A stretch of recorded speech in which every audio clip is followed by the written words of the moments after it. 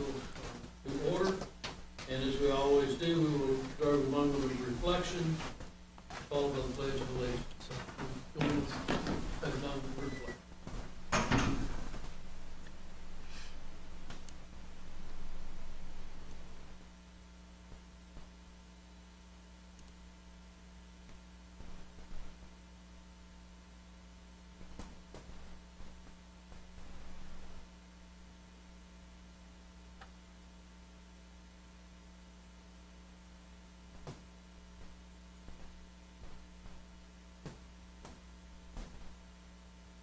Thank you. Please stand and join us in the pledge of allegiance. On the next Councilman Tim Wilson. We will lead the pledge. I pledge allegiance to the flag of the United States of America and to the republic for which it stands, one nation, under God, indivisible, with liberty and justice for all.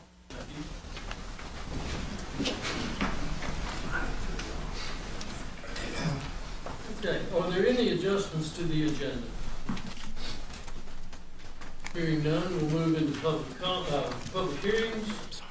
We have a rezoning request by RWW 36 LLC property owner in Christiansburg, Virginia, section US Highway 460 and Roanoke Street, Roanoke LLC. Applicant to rezone approximately 1.976 acres located at the southeast corner of Route 460 bypass at Roanoke Street, and identified as tax parcel 529A-48 from B3 general business to I1 limited industrial. Property is designated as mixed use with buffer residential business on the future land use map of the Christiansburg Comprehensive Plan. Is there anyone here to address this item tonight? Good evening, Mayor, members of council. Steve Simonis with Balzer & Associates. Representing Caliber Collision, I have with me tonight a representative from Insight, who's our client on the project. RWW is a property owner. Insight will be doing the development on the project if the project does move forward. I'm trying to be brief tonight. I know you have a busy agenda, so I'm going to go through my notes and happy to answer any questions council has during or after our presentation. So tonight, looking at the 2.03 acres right at the corner of the bypass and Roanoke Street. The park and ride facility is right here. As the mayor mentioned, the property is being proposed to go to an I1 limited industrial zoning district with conditions for an automobile body shop. Caliber Collision's an automobile body shop. They have locations all across the country. As we looked at this very early on, we realized that this use is not included in the B3 district as a by right or conditional use permit use. As we talked early on with planning, that's likely because when the ordinance was written, you know, the stereotypical understanding of what an auto body shop is may not be the most pleasant to think about. You know, wrecked cars sitting in the back with weeds growing up. As you'll see in our presentation tonight, that is definitely not what Caliber is. But however, because of the use, we do have to go to an I1 district. So we're going to look through this tonight. As you all know, this property's been sitting vacant for a long time. The park and ride was put in. There was a temporary parking lot put in on this towards the end of 2014. When VDOT completed the full park and ride here, that was grassed over. You can still see the stormwater ponds that exist on site right now. This is just a blow up of the area itself. The stormwater ponds here, right there. So the project proposed is a little over 14,000 square feet. Collision center, you'll have the parking areas out here along the access road that comes to the park and ride. The rest of the parking back behind these fences and gates are for the vehicles that are being worked on by Caliber. The average time of vehicles on site is 10 to 15 days. Typically, the circumstances for a vehicle being there up to that 15-day would normally be supply chain issues, waiting for a part to come in, but pretty much they're cycling these things in and out pretty quickly, so you don't have those cars sitting there on site for months on end. The parking standards for this use are not specifically defined in the zoning ordinance, so we did use a general service and repair establishment. Based on that, you would only be required, it's based on the number of employees. Caliber's planning to have about 20 full-time employees that would work here, so that would be 10 parking spaces. We have more than that, as you can see up in our legend up here at the top. We have several more than the 10 that's required up in this front area that would be for employees and for guests, customers coming in, and everything in the back, again, as we spoke about, would be for the cars that are coming in to be worked on. Because of the zoning, in the B3 zoning, there is requirements for sidewalk. It's not in the I-1 district, but because it's a B3 district along most of Roanoke Street, we are proposing to put public sidewalk in that would connect to the sidewalk intersection. As new developments have happened on Roanoke Street, those sidewalks have been put in, so we would be putting those in as part of this project as well. You can see the property line here in the back. This is the back area that is the park and ride right now. As we look through this, one of the things as we talked to staff early on was beefing up the landscaping along Roanoke Street and some of the other boundary lines. So you'll see here, and we have this included in a proffer, that we do have additional landscaping above and beyond what's required by town code along Roanoke Street and the bypass. And one of the staff suggested conditions that came up as part of the conditional use permit, and I hope it's okay, Mayor, I'm kind of talking to both applications here. The second public hearing tonight is for the conditional use permit for this use. As part of that discussion with staff, it was requested maybe to look at putting an evergreen buffer along the backside here. As you know, as you're coming off the bypass, you're a little bit higher, so you're dropping down into Roanoke Street. So an evergreen buffer on this backside where you have more of the vehicles parked that are being worked on to help with additional screening. Also beyond the gates here, this would all be fenced off, and you would have the privacy slats within a chain link fence. So you've got kind of a double row of screening with our trees, as well as the fencing. We only have one access point proposed for the site. This is the curb cut. If you drive out that road, there's an existing curb cut that was put in when this road and the park and ride was done. So that's the access point we would have. Because of 460 being a limited access, we couldn't get another access off of Roanoke Street. And this is where, as I said, it was planned originally. As you can see here, existing curb cut. So we'll be using that. That'll be the in and out for all the traffic coming in and out.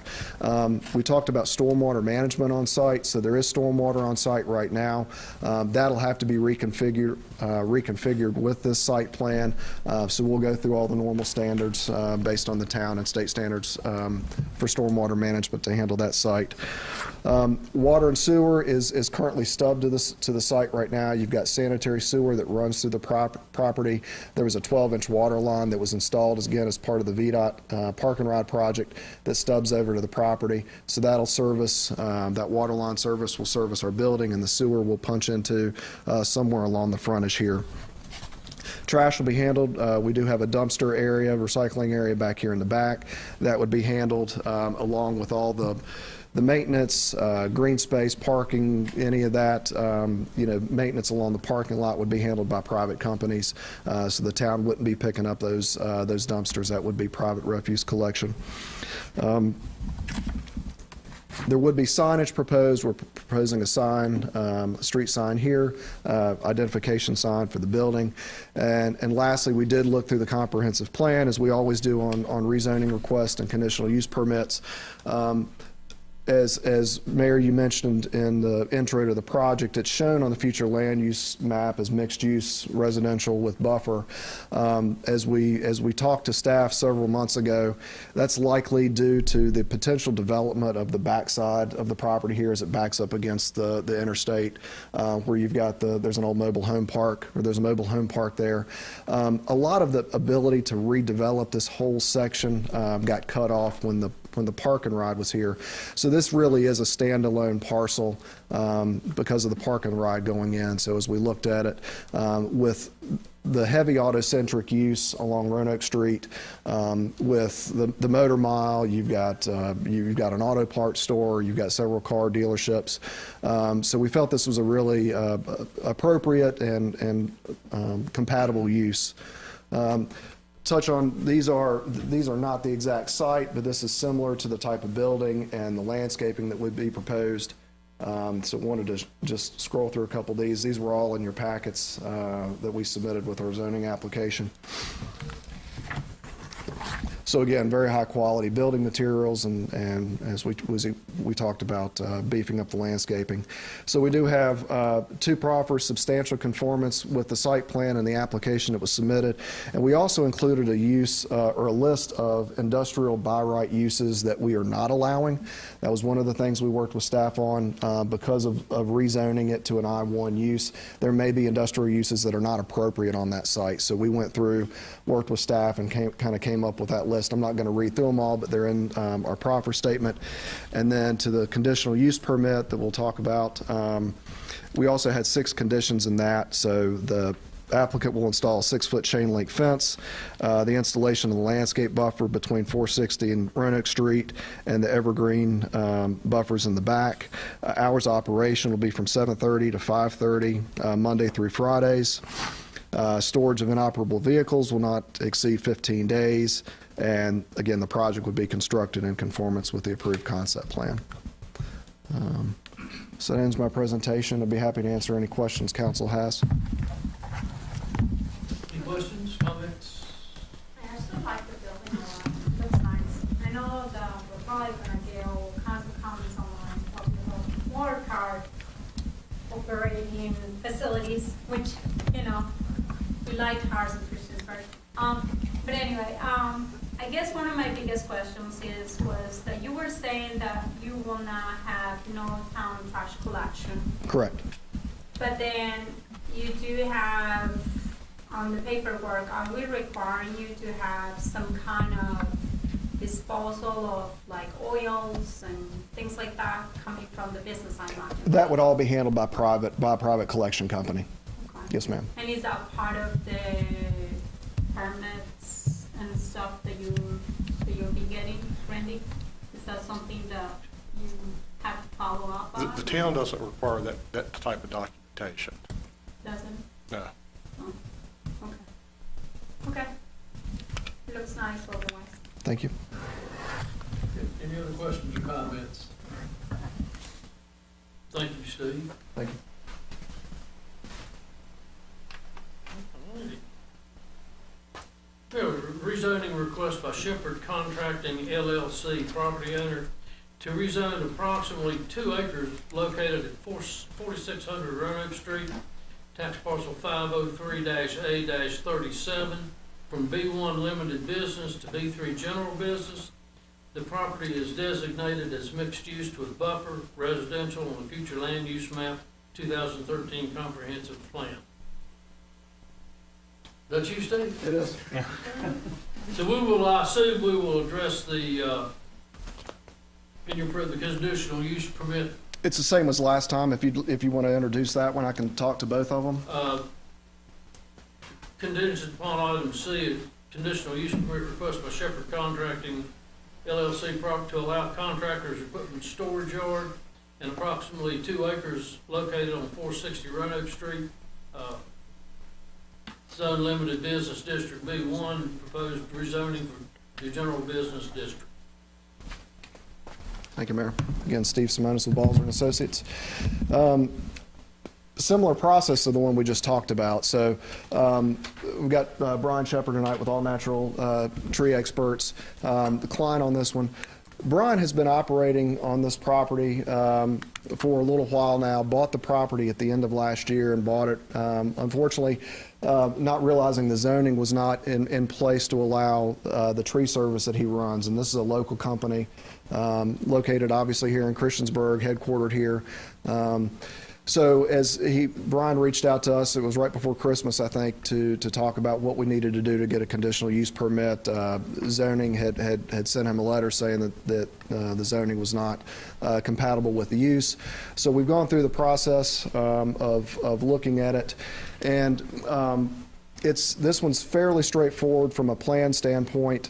You all know where we are. This is the very end of town. So this dark heavy line here is the corporate boundary. We've got Montgomery County right here on the right. So heading down Christiansburg Mountain, this is the last parcel on the left. The parcel here on the right As you all can see, it's been used for a number of uses over the years, storage, antique. There's some tractor trailers sitting back here. That's not part of this parcel itself. So what we proposed is, again, it's a tree service, so as a contractor storage, what we're looking at is proposing this in 2 phases. So phase 1, as I said, Brian's got about 16 to 19 employees, full-time employees right now. Phase 1 would be to get the property into compliance with zoning, pave a section of the parking lot where employees would park, and then have a gravel parking lot for the rest of his equipment. They've got about 7 trucks on site, which are your normal tree trucks you'd see. They've got some bucket trucks, their chippers, or other equipment that they use. One of the things that had been brought up early on with planning was there had been storage of old stumps and logs and wood chips. Some of that was before Brian was owning and operating on the property. That has since been cleaned up. If you've driven out there anytime recently, the site looks really good. All that excess material has been pulled out. There's a sinkhole in the back of the property right here, a very significant sinkhole. So while the site's 2 acres, there's only about 1 acre of it that's developable. So there has been, over the decades, stuff has been dumped in here, and Brian and his crews are working to pull that out. Some of the old stuff that was dumped well before he owned the building as well. So they're working hard to try to clean up the site. So phase 1 would be the paved and the gravel parking lots, and also would include some evergreen screening that you can see down here at the bottom. So we've got evergreen screening, 12-foot on center, and we'd have a solid board-on-board fence in this area right here. Phase 2, there'd also be a dumpster back here in the back that would be serviced privately. Phase 2 could be a couple years down the road. It could be 5 years down the road. The hope would be that the business continues to grow and actually come in with a full structure. So you'd have about a 5,000 square foot, office here. There's not a lot of drive-in customer traffic, but a place for them to headquarter out of. Again, enough room for their vehicles and for their staff. Your buffer and your board fencing here would still be in place. You'd just be reconfiguring the parking lot. One of the things that came up in Planning Commission in our initial application, we showed, if you drive out there right now, well, maybe not right now, but previously, the westernmost entrance had been kind of gated off. So all the access with Miss King, right? King? Miss King, and then All Natural were using this entrance right here. What came up during Planning Commission were concerns about, speed of people coming up and down the mountain right there, and your sight distance isn't as good as if it comes back here.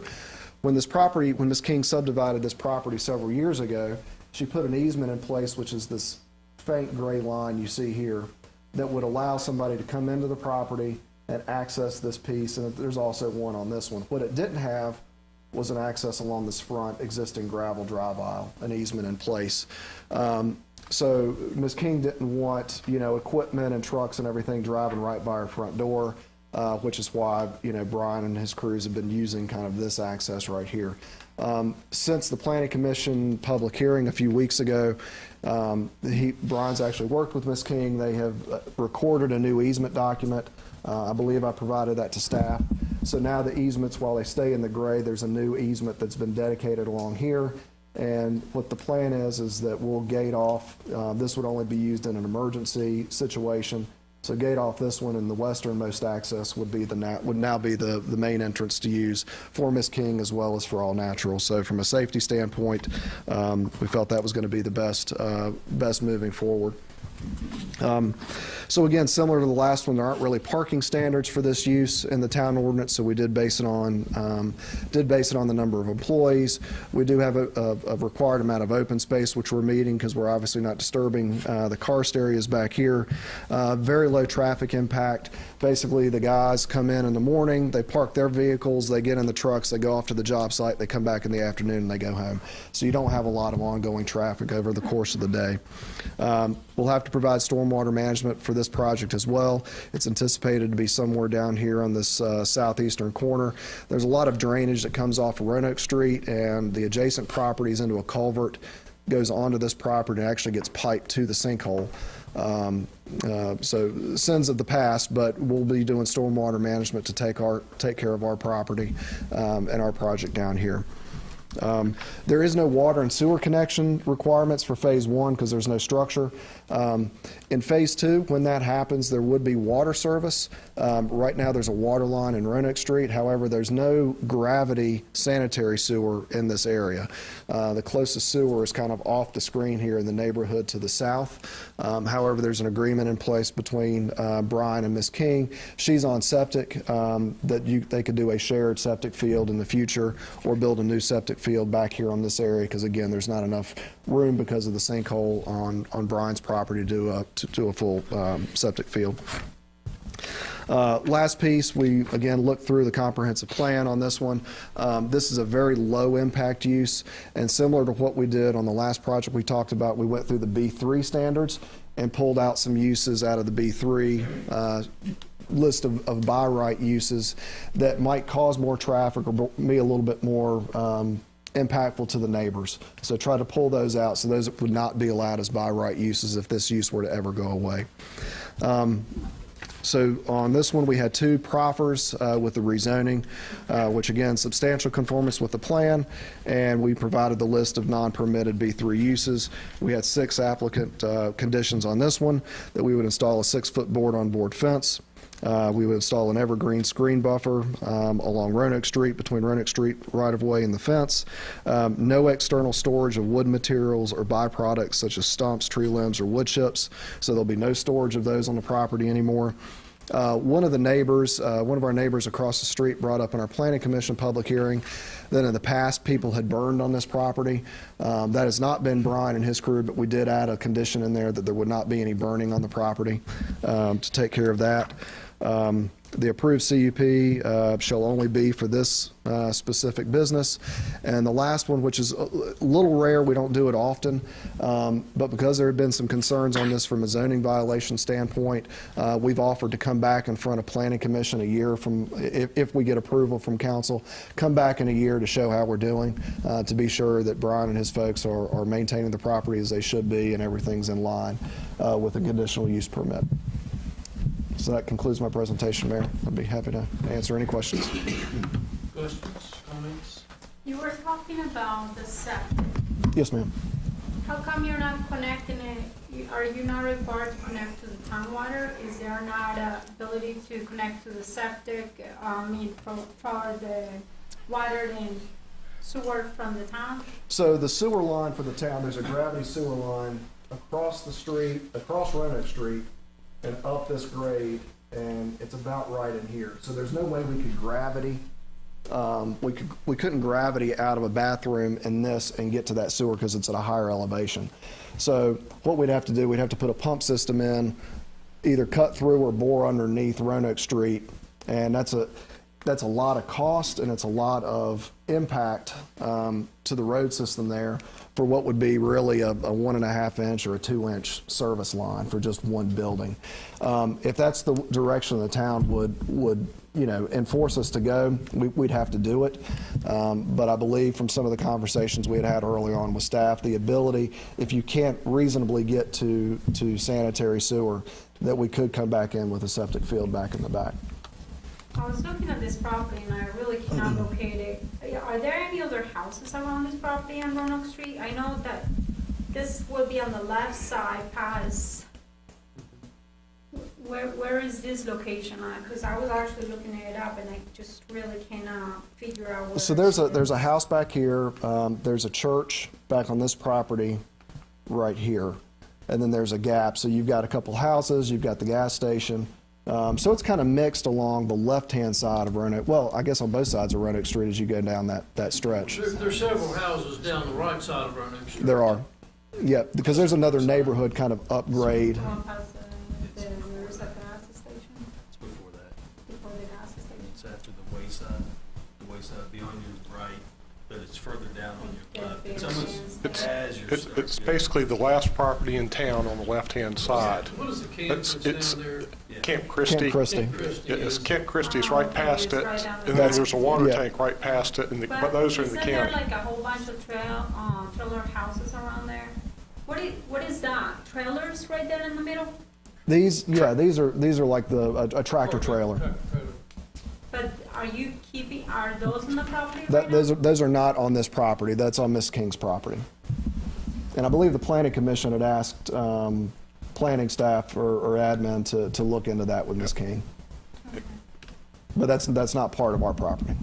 So the part of the property you're looking at is this one right here, right? Yes, ma'am. On the right. And then the way to access it, what you were mentioning was come that way in the circle around? Yes, ma'am. You come in on the western entrance and then come along this dark line and enter into the property right there. And that's again, just to benefit Miss King so she doesn't have vehicles driving by her front door, because that's where she lives right there.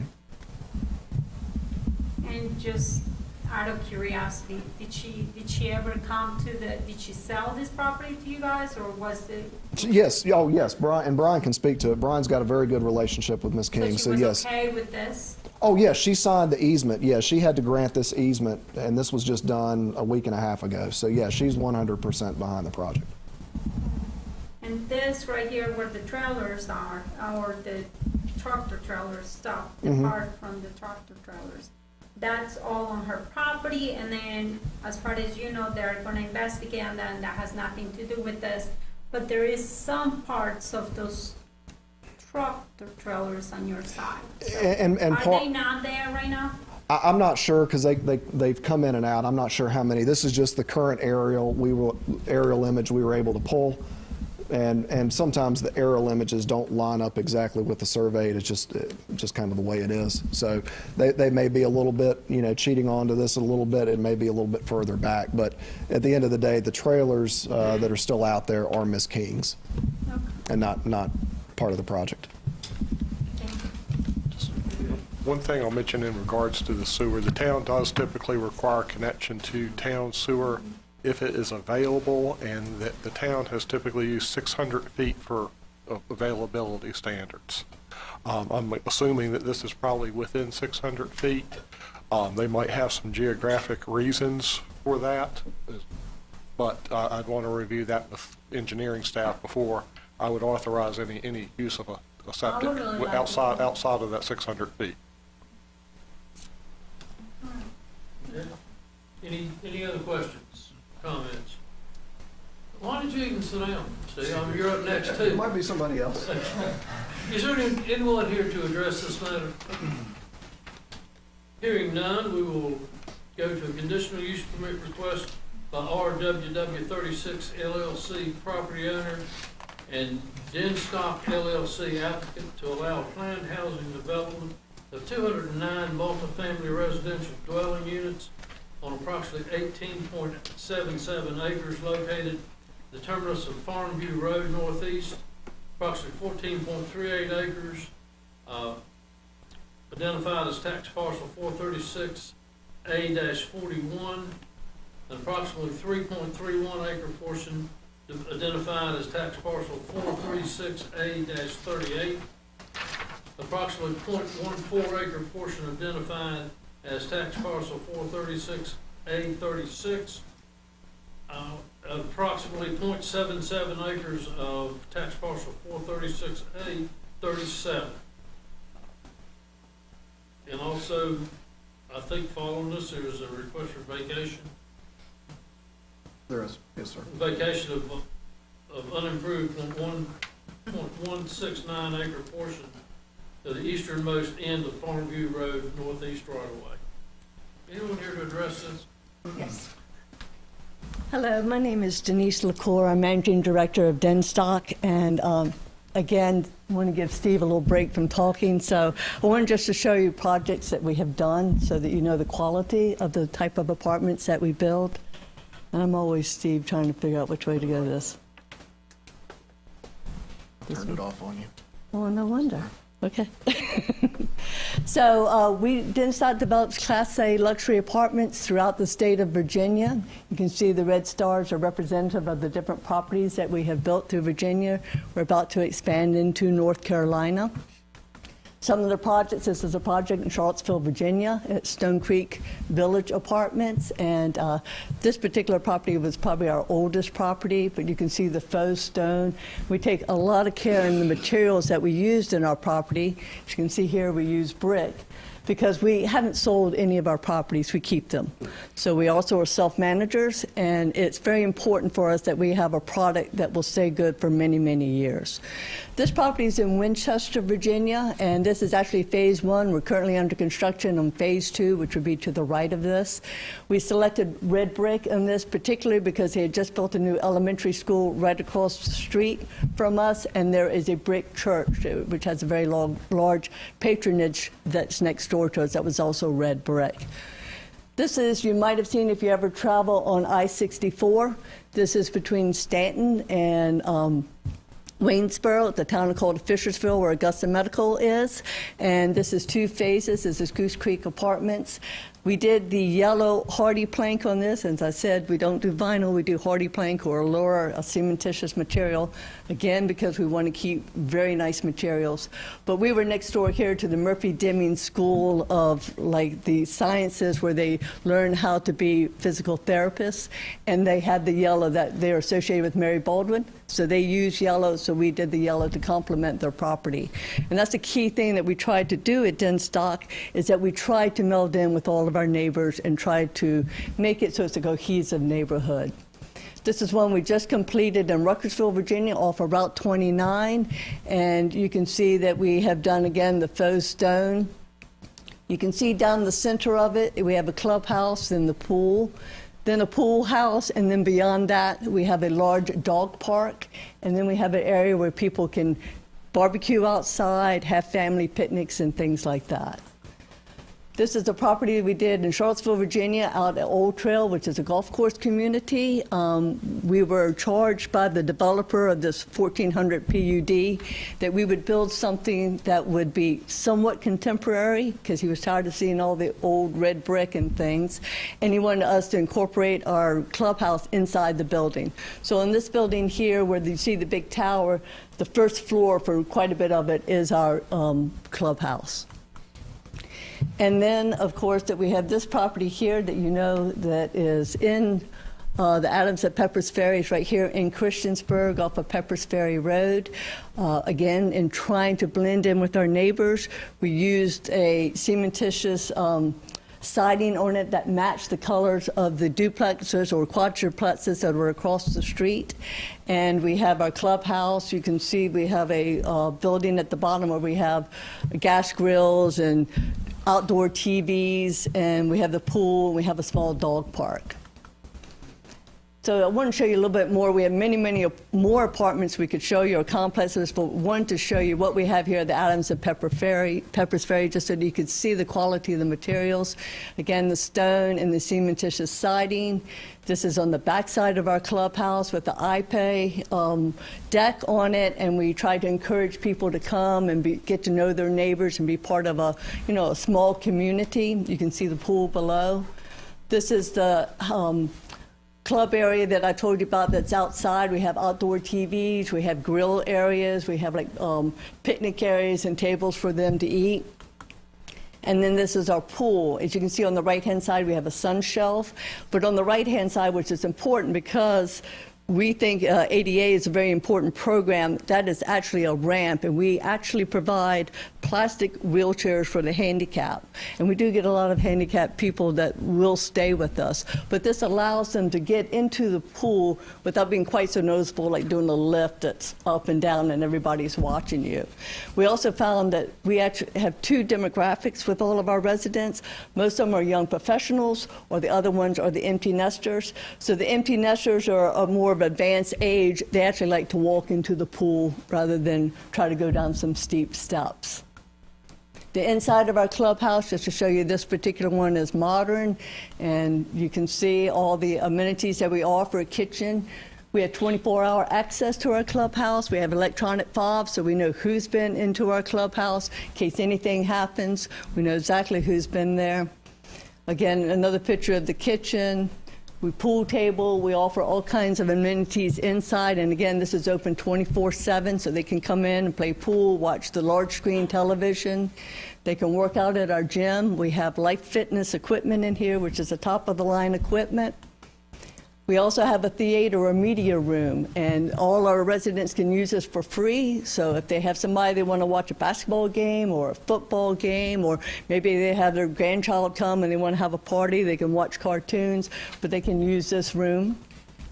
And then just inside of our apartments, you can see that we have granite countertops throughout. We have very nice wood cabinets, stainless steel appliances. Large rooms in all of our area with the nice wood blinds that we're using. You can also see that we're using the granite throughout the bathroom. We have now graduated from having just tubs and showers to in the master bedroom having walk-in showers. Again, in homage to our elderly or older residents who don't want to step over the bathtub. So throughout this, we do a process of trying to improve what we offer. And then that just comes back to show you the end. This is where you walk in, and you can see the Adams at Pepper's Ferry that's on the infinity wall of the pool. What we tried to do with that short presentation is just to show you the quality. We're very excited about the Verge. There's so much going to be different with the Verge. It's going to be an all-elevator building. So we're excited about it. I'm going to be quick. You believe that? No, I didn't think so. I'll try. So yeah, we did think it was important for Denise and Dave to come. They were so successful with the Adams at Pepper's Ferry. If you all know folks that live there, it's a great piece of property. They manage it well. And what Denise said, young professionals and empty nesters. I mean, I know the old mayor of Radford lives there and loves it, and we've got one of our survey crew members with his wife and their 2 young kids that live there as well. So just an example, you know, it really is doing what Denise said early on. And we said at that time when we got that zoning done that there wasn't something of that caliber here in Christiansburg at the time, and they've done great with it. So we were really excited when she came back and said, hey, let's look at another project here. And the one we're looking at right behind Lowe's. So as you all know, RWW of 36 owns most of this still. I think it was originally about 36, 38 acres. Down here, you've got Farm View, Sheets down here in the corner. Here in the front, you've got Aldi, and then you've got Golden Corral, a car wash, and something else going in. I can't remember which, Randy. But so we're looking at the back piece of it here, so about 18.7 acres directly behind Lowe's and Grand. That's the wing facility right here. So at the end of Farm View Road, just we'll scroll through some of this. So again, the property's been vacant for a long time. Back a little history, back in 2012, we actually had a conditional use permit approved for apartments on this parcel, almost the exact same acreage. We worked on it was with a group out of North Carolina. Very different product, smaller, more garden style apartments. There were 295 units approved on that CUP. What we're proposing now on this one is 209. That was a higher bedroom count as well. This one's a 1, 2, and 3 bedroom, 1, 2, and 3 bedroom units. And you'll see that the biggest thing when we said nothing was like this in Christiansburg before, well, there's nothing like this in Christiansburg now with this product. So this is a very urban style development. Everything's in one building. So you've got basically U's, you know, a couple of connected U's or W's, whatever letter you want to use. But this would be building across the front, and you've got 4 wings. In between each wing, you've got outdoor amenity space. So we'd have outdoor green space, grilling areas, fire pits, things in here. You've got your pool in this area right here. Your clubhouse is right here in the center of the property, and we'll show you some renderings that the architect, same architect that worked on the Adams, does all of Denise's work. Ray Gaines, a very talented architect out of Charlottesville, is working on this one as well. So what we've got proposed, Farmview Road, if you all know, as soon as you take a right on Sunset, you go up a few more, maybe 100 feet as you're going up Farmview, and then it turns into a gravel road. So that section of road right now is not maintained. The right-of-way's there. There is a 50-foot right-of-way. It is public right-of-way. So the plan for this would to improve that section of Farmview Road all the way up to town standards. So you'd have a full-size street, curb and gutter, sidewalk. You see the sidewalk here on this side of the street. Later on, as the mayor mentioned, there's a right-of-way vacation request.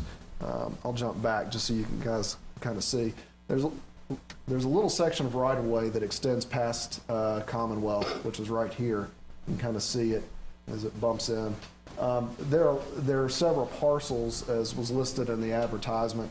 All these parcel lines that exist now will go away, and it'll just be one big parcel. So this right-of-way was extended all the way back here to service this rear piece. But again, those property lines, those internal lines will go away. So there's really no reason for this section of right-of-way to exist. So we're asking for this small strip of right-of-way here to be vacated as part of the request. So you'll see that's where that little strip of right-of-way is. It kind of comes right up in here.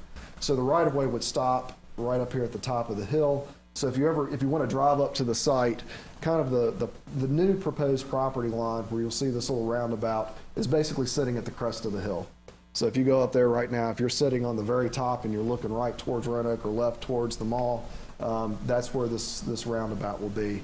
And it's a very interesting geology right there. Everything this way drains back to the Roanoke River. Everything on this way going west drains back to the New River. So we've got some stormwater issues we'll look at on that. But obviously, if you've been up there, it's beautiful view. So we're really looking forward to taking advantage of those. So you'd come into the property. There would be a loop road that would tie out. Kind of, it's a big site. So there's the roundabout we talked about. So as part of the Bojangles property right here, there's a section of road, an access road that will be built. We'll be tying into that access road and tying all the way up to our property and then looping it back through Farmview. So these sections of road right here will be private. Farmview will be maintained as a public road, but everybody will still have the ability. There'll be cross-access easements, ingress-egress easements, so everybody that would drive up Farmview can make this loop, with the idea that there'd be future development here on the remaining piece of the property. We'll also work with Mr. Woody as far as locations to put future curb cuts, along both these sections of the road. And, agreements in place between Denstock and Mr. Woody on the construction of the road, the extension of the water and sewer up through there. So again, 209 units proposed. That's 11.13 units per acre, which is much less than the 20 units per acre that's allowed in the zoning district. So we're not trying to max out the density. It's important to get the right project, not just the highest density project. We've got a height of 60 feet. We are sitting well off of our property line, so the extra height is offset by the additional setback we have. One piece of this, there's so many pieces of this project that are exciting, but one of them that we haven't seen in Christiansburg yet is the commitment to a green building sustainability. Which is what is part of every project they put in, especially on this one. So what this will be, and we included this in our application, we'll have to meet a national green building standard. So there's certain levels of that, but if anybody knows anything about green building, there are a lot of different ways you can do that. You can do LEED certification or Earthcraft certification. And each one of those, it's a point system. So if you do enough green stuff, enough sustainability, you reach a certain threshold and you can meet a bronze or a silver.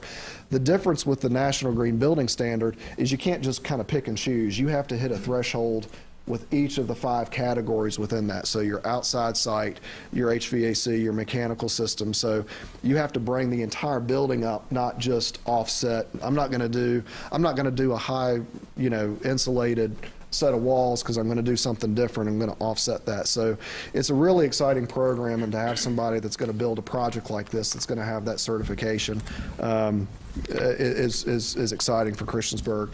We're also going to have 9 or 10 electric car charging stations out on the site as well. That's part of that certification.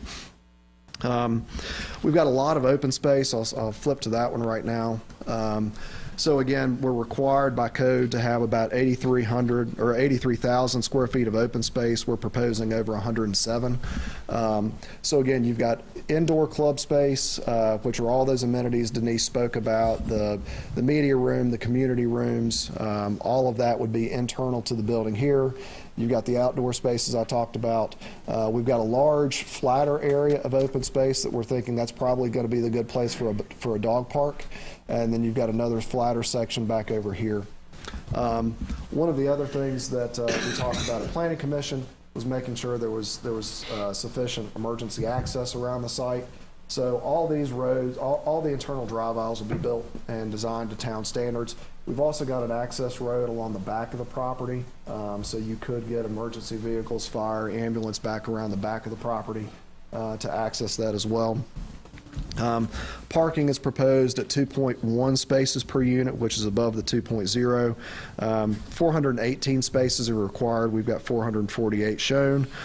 We talked about sidewalks, so we'll have sidewalks down to Farm View, and obviously sidewalks and trails throughout the property itself. The access points we talked about, Farm View Road, and then the private access, which is the right in, right out here on this side of Franklin Street. So again, there's Aldi. So that's the entrance it's in right now. So that will be the other access into the property itself. One of the last things that, as we talked with staff, they did require us to do a traffic impact analysis, so we partnered with a third-party consultant, Ramey Kemp Associates, to do a traffic study. The town provided the scoping of what they wanted that traffic study to include. So we looked at the intersection of Farm View and North Franklin Street to be sure there weren't any additional turn lanes needed, or it wasn't going to increase the signal timing or increase the queuing, you know, cars stacking up at a signal. So our consultants prepared that. Town reviewed it, came back and had some questions. We had a follow-up call with town staff and the town's third-party review consultant. Came to some agreements on what the study needed to be adjusted for. Submitted that back, and I believe town staff is satisfied with the study that's come back. The other thing we looked at, because I do want to mention it because it was talked about a lot in our planning commission meetings, is town had requested us to do a study of how long it would take, basically, if we have more pedestrians using this intersection at Sheets, what it would take to get somebody across the street. So when we did that, I believe they did 2 days of counts, I believe, and there were about 6 people they saw trying to make this crossing. When you look at pedestrian crossings across this section of North Franklin Street, it's basically 7 or 8 lanes of traffic somebody's got to get across. So when you add that time up, it was 30 or 35 seconds for somebody to walk across the street. Now that doesn't sound like a long time, but when you're sitting at a stoplight, it does. So that starts to monkey with all the signal timing that VDOT just worked through from this intersection all the way up to Arbor Drive. So we provided that information to the town. Everybody has agreed that this is not probably the best location to put a pedestrian activated crosswalk in. I know VDOT and Randy or Andrew could speak to this if council has questions, because they know it better than I do. I know VDOT's looking at some other areas along that section of Franklin Street to put some pedestrian crossings. So there was nothing that came of this, but we did provide the data that VDOT can use in some future studies if a pedestrian crossing right there becomes something VDOT and the town would like to see. There will be sidewalks, as we talked about, to get people down to North Franklin Street and be able to use the sidewalk infrastructure that's there. Talked about stormwater management.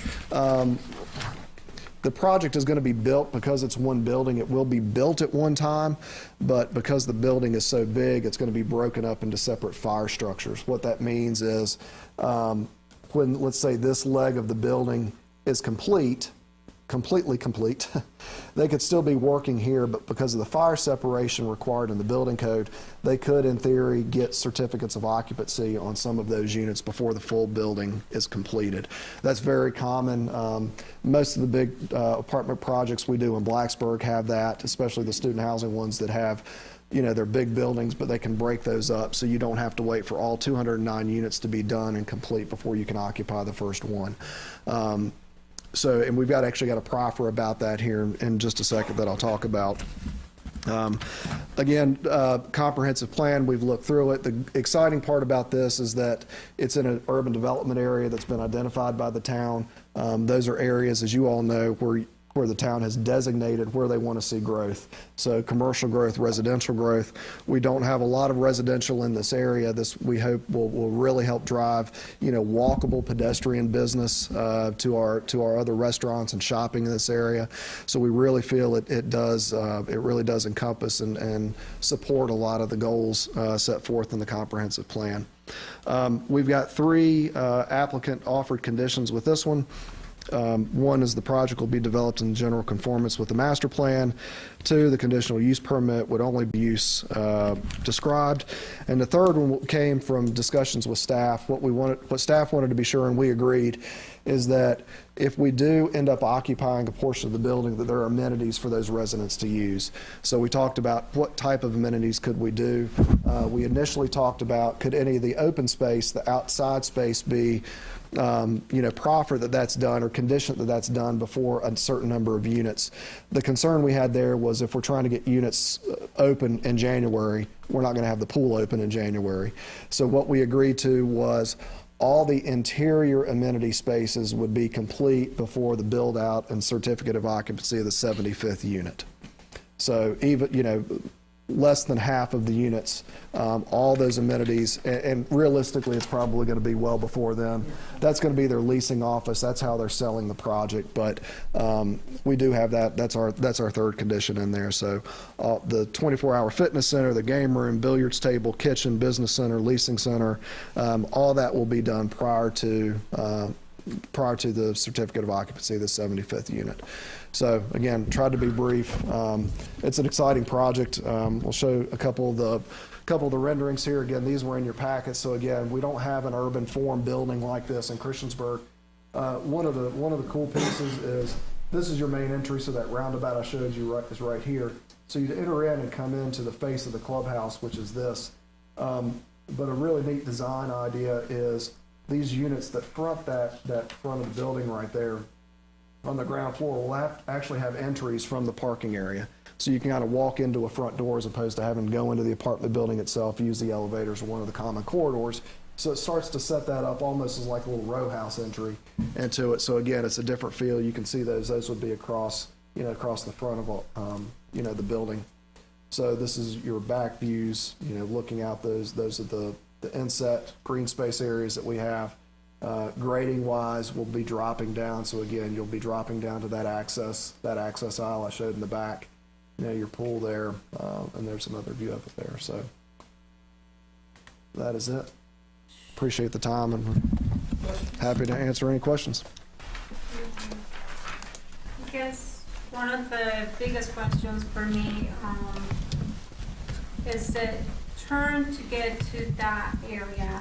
So you have like a traffic light on the one side, you have another traffic light on the other side. Are you supposed to get from one side of North Franklin to, like, I understand if you're coming from south to north, you can just make a right, but are you able to make a turn from the other side on Franklin Street? Get back here. So there now there's a Jiffy Lube and yeah, so this is the full signalized intersection, Ms. Hicks, right here. So this is Sheetz right here. That's Nissan just off to the side. That's the Valvoline. So this is a full access intersection. So everybody, whether you're northbound or southbound, can make any turning movement right there. So you will be able to make a left? Yeah, so if you're going away from the mall, yes, you would make a left.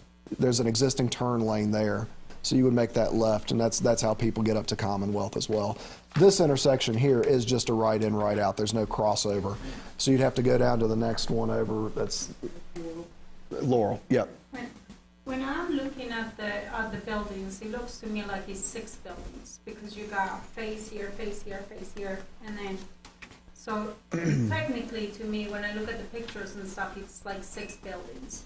What is the height of these buildings? 60 feet. Do we have a requirement for that? In B3, or it's 35 feet, although you can increase the height 1 foot for every 2 feet you are off of property lines. up to 70 feet, and then above 70 feet, you need a conditional use permit. Okay. And then as far as the green space, Mhm. I see a lot of concrete, and I see obviously the green spaces, but what's the part up there in between the two green spaces? What's That's, that gonna be? that's still green space. Yeah, we're gonna, our stormwater management, let me go to the aerial. So everything on this right-hand side is gonna be stormwater management, so that's all gonna be green as well, Ms. Hicks. And then this is the area, it's really steep right here, it drops down, there are two culverts that drain water across 460. One is right here, another one's right here. So that's just a steep area. That's the flatter area I said that we have over there on the left. So that steep area, there's that culvert. So this is just steep right here. It's still going to be green. It's just not going to be active, usable open space. And So we're then- required, the town code requires us to provide a certain amount of active, usable open space, and those are the areas we have shaded green. But everything else, everything back here behind the parking lot is going to be green. What's that red line behind, like the snake thing over there? Is that, I know that That's- 460, is That's that the part right of of the way. Vita? Yes, ma'am, that's the right of way line. Okay. And then, so you don't own anything past that, you own everything over here on this side? That's correct. And then what about the water capacity for this, Randy? Shouldn't be an issue. And, okay. And then that would be like 11.6 house, well, places per acre, correct? Yeah. Yeah, 11.6 units per acre. Yes, ma'am.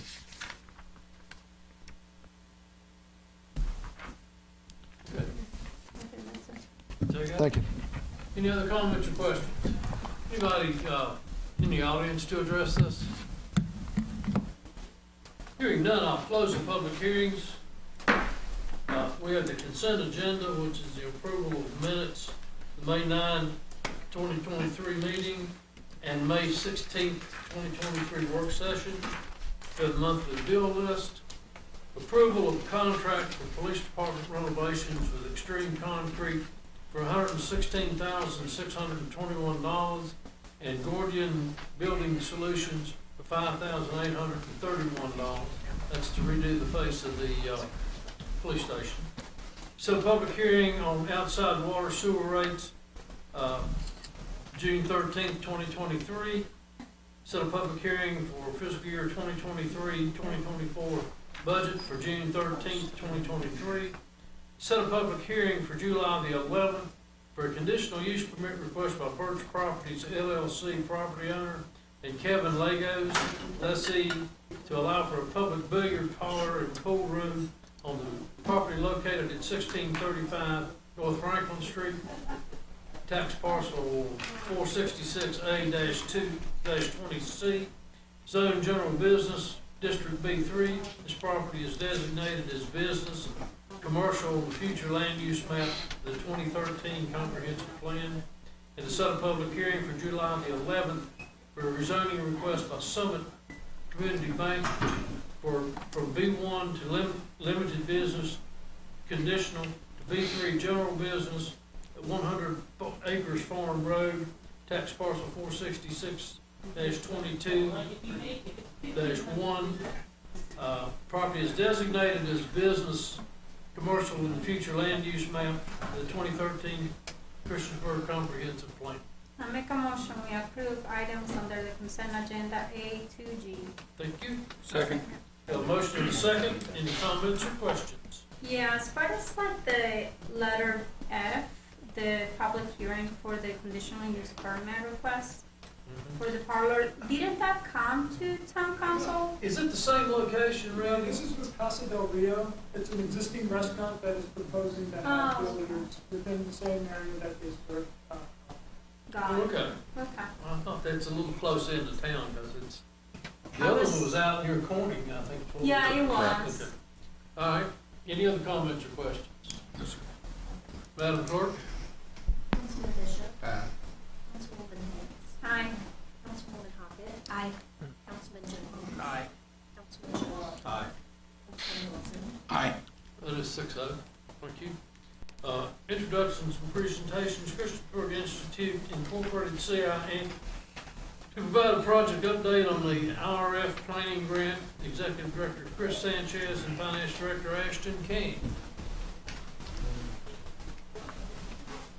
Or we either move them out to the back of the hallway or just send them out of the building. I can hear them in here.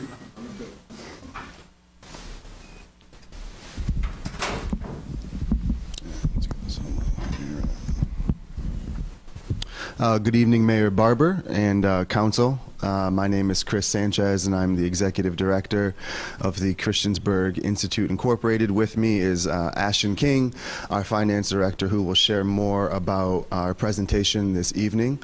As has been stated, we are here to provide a project update on a really incredible grant award we've received in partnership with the town to advance the planning of the Edgar A. Long building to bring it to construction ready. Could we go to the next slide, please? I'm just going to begin with some basic information about the grant. The name of the grant program is the Industrial Revitalization Fund Planning Grant. So when I say IRF, I'm referring to this longer name of the actual grant program. And the grant is actually administered by the DHCD, that's a mistake there. That's actually the Department of Housing and Community Development. Okay, so this is a DHDC administered grant upon which we are in partnership with the town of Christiansburg to advance the project at the Edgar A. Long building.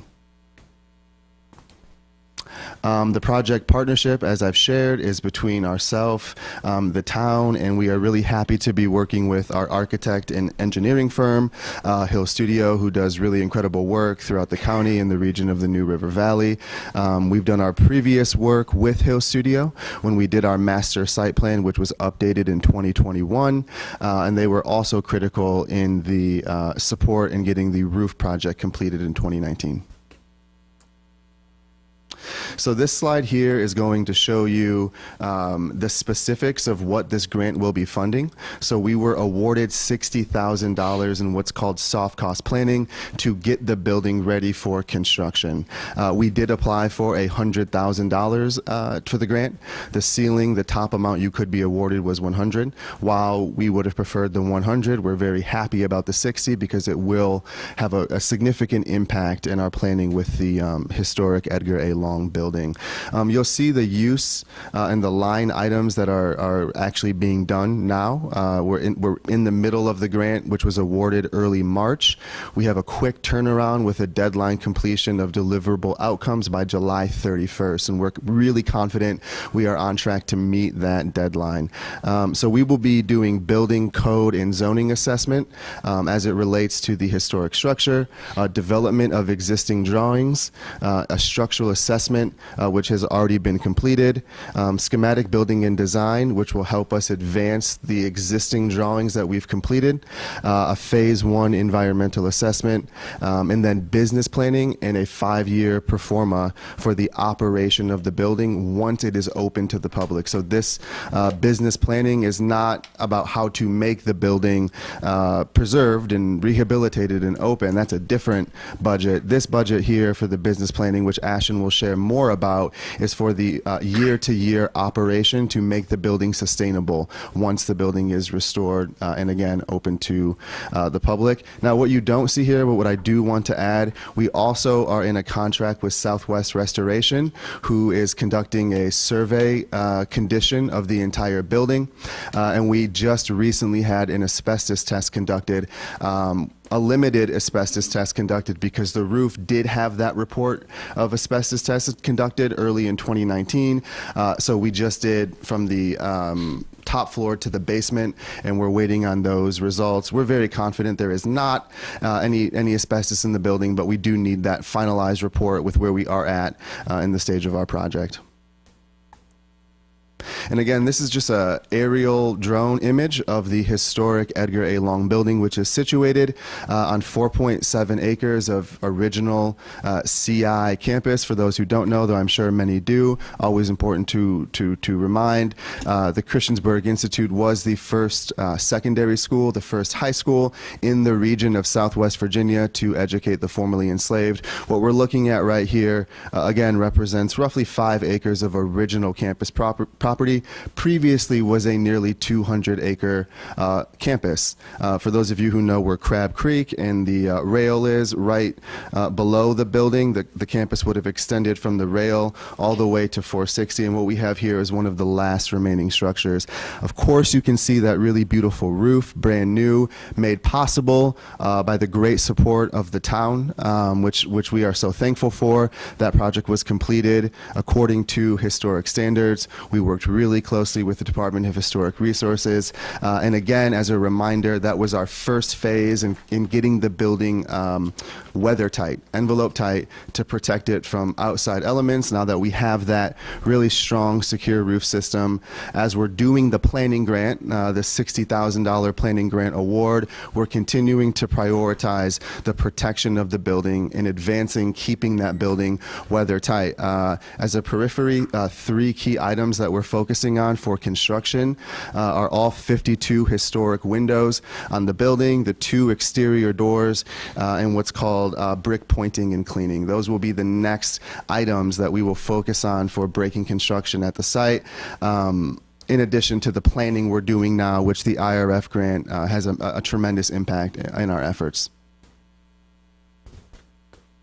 I just want to show one more quick profile of the building. This is actually the front of the building, so this is actually facing away from Scattergood Drive. Oftentimes people think that the backside, which we can't see from this image, is the front, but it is actually not. The front faces the railroad tracks, so you can see that roof line is preserved to the historic appearance of the building when it was built in 1927.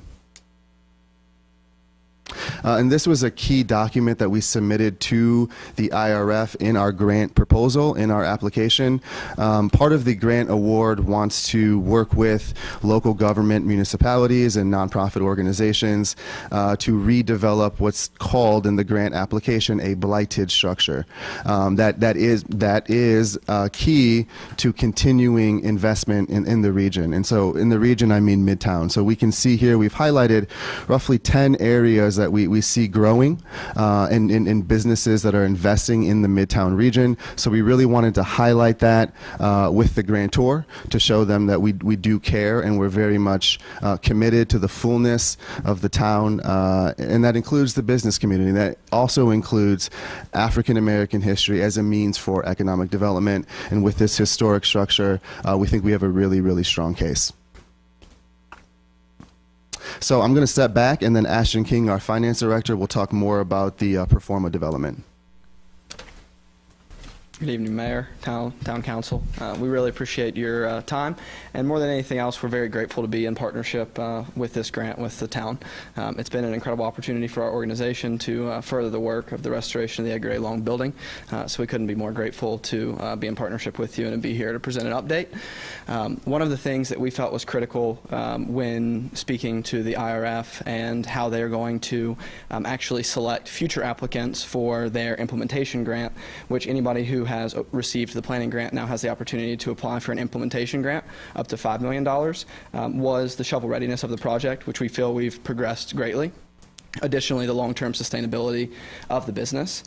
For us at Christiansburg Institute, we felt that nobody knows our organization better than us, so we decided to keep the business planning in-house. So with that, my main job on this project is to develop a 5-year pro forma and business plan to show the long-term sustainability of the business, or of the building itself. So we have a couple key revenue line items. Long-term rental space, that would include hopefully something along the lines of a coffee shop or light pastries and lunch. Additionally, a heavier fare type of restaurant. So we've tossed around some ideas with some local businesses about their willingness to kind of partner in the building. The biggest thing with us is we want this to be a destination for individuals who are interested in history, but also just individuals who want to spend time in open spaces rather than going to a Starbucks, but supporting small business and things along those lines in this community. And then finally, just an office space that would be a mission-aligned business or nonprofit that we could lease to them in a long-term structure. With that, we're looking at a 3 to 5 year lease. We also have short-term rental space, and what we mean by that is we are looking to do a state-of-the-art makerspace or podcast studio. We actually have one of those in our office at 125 Arrowhead Trail currently. We would continue to expand upon that in the Edgar A. Long building. That would be a great way to generate revenue, as well as support the African American community and other associated communities with a state-of-the-art makerspace. If you guys are familiar with the Roanoke CoLab, they also have an outstanding business in downtown Grandin. What that looks like is the rental of huddle rooms or conference rooms. So that would be a great way to encourage students from Virginia Tech, Rafford, VCOM, any of the local veterinarian schools, things along those lines, to come over, study, as well as support local small business who might not have a long-term rented space where they can come in and conduct board meetings, staff meetings, anything along those lines. We would also be looking at tours. So tours of the building, and then also future opportunities into driving tours, as well as total site tours, and then events and programs. So we're looking at, if you guys are familiar with our master site plan, the entirety of the property would be renovated once it's all said and done, and that would be an outstanding opportunity to rent for weddings, outdoor programs, and events such as our Juneteenth celebration that's coming up on June 17th, Saturday, June 17th. We'd love to see everybody there, but furthering things along those lines in the community. Some other line items for expenses, we would be very excited to bring on 2 additional staff positions over this 5 years. What that would look like, it would be a building manager whose sole responsibility would be to manage the building, as well as an events coordinator. And we would be hoping that there are enough events and programs at the building that it would justify the spend of a full-time events coordinator on site, as well as your other associated costs of equipment, supplies, utilities, and advertising. Our biggest thing is we want to make sure that this building is sustainable, so we're not going out and renting consistently from other businesses, but we have everything on site to be able to conduct all of our events ourselves. And then some other really exciting future plans with the building is outdoor events such as concerts, again, things along Juneteenth, anything that's mission aligned with us, we would be happy to partner and host on the event. Additional tour offerings, as I spoke about, our entire master site tour. We've also spoken with DHR? Yes. DHR about the possibility of doing virtual reality tours, things along those lines on the property, and an expanded driving tour. Youth camps during the summer, a great way to educate the youth, as well as give them an opportunity to experience the great history of the Edgar A. Long building. Then finally, grounds and facilities rentals with, again, mission-aligned type of organizations that might see use for our facility. We would be happy to partner with them and welcome them on the Edgar A. Long property. With that being said, that's kind of the outline of the 5-year pro forma and the business development. Any questions, comments? Andrew, can you please go back to the first picture that you had out there? No, that one. Hey, So, look at that. Look at that pretty building. this is quite, first of all, I want to thank you guys for showing up. I know many people in here from the Christian Sport Institute and Debbie and But anyway, great project. Thank you so much for working on this for a while now. And just making sure that this building, is sustained and is gonna be, it sounds like it's gonna be fantastic for the town to have this. I wanted to say I'm grateful that you guys are working with a business plan for this and becoming self-sufficient facility. That's amazing. And then I also, and this is not a question or a concern for you guys, but it's just more so for us. That's Public Works down here, isn't it? Still, I know that up there is. Is this part of Public Works, Randy? I think that's actually the adjoining property owner. It's a contractor. You'd want to wrap around Scattergood more, and then you would encounter, I believe you would encounter Public Works at that point. I was complaining about trailers before, and here we got all of this mess over here that we're seeing, obviously, is from the sky, but. These properties belong to a contractor. Our property's basically down the hill here. Oh, okay. Just making sure it's not out. But no, absolutely wonderful plan that you're working on, and I just wish you the best on this. Thank you. It's really exciting. Thank you. Thank you. Chris, can you talk to me again just about the timeline? If this planning grant makes you eligible then for implementation grant, which would be, when would that be effective if that motion goes through like that? So the DHCD is announcing 2 rounds of the implementation grant. The first round has been announced with a deadline of next month. That's not the round that we're interested in. They have yet to announce the second round, which works really well with our project right now. Right. And again, to Ashton's point, I mean, you know, you get the planning grant, and the goal is to take the planning and the data from the planning to implement to hard construction. And that's a clear thread that we intend to follow aggressively. Thanks. Thank you. Any other comments or questions? It's a project, I know we had a wonderful lady that worked with you guys, I guess a year ago, 2 years ago, that had a whole plan of like drawings and things like that. Mhm. Are you guys gonna incorporate any of her ideas into the design? Because Yeah. I know she did a fabulous job. Absolutely. Her name is Byrony Lewis. She is a master's student in architecture who graduated from Virginia Tech and did her thesis work on CI's campus. And her family actually attended CI. And when she was doing her thesis work, she was also working with our A&E firm, Hill Studio, to help them better understand this incredible landscape. So her creativity and insight has been integrated into our planning, and she was just made a board member on our board, so we imagine that will continue on. Nice. Yeah. Because I know the last time I heard she was going out, she was leaving Mhm. the town, right? Yep, she is an architect currently working professionally, and so we do offer, you know, virtual Zoom options, so we're really excited to have her expertise and passion. Definitely use her. She was Yeah, wonderful. absolutely, absolutely. Anything else? Thank you, gentlemen. Thank you all. Have a good evening. This is our citizens' comment section of the town council meetings. If you would like to address council, come to the podium, name and address, limit your comments to 3 minutes and address them to the chair. Chris Waltz, 1370 Rigby Street. I noticed on the agenda tonight about the naming of the park. It says that town council should act to accept or deny the proposal for the name. And I click on the link and it brings you to a generic thing for a sponsorship package that talks about diamond level, gold level, silver level, bronze, whatever. But it doesn't, there's nowhere that actually shows what the proposal is that their town staff is asking you to act on.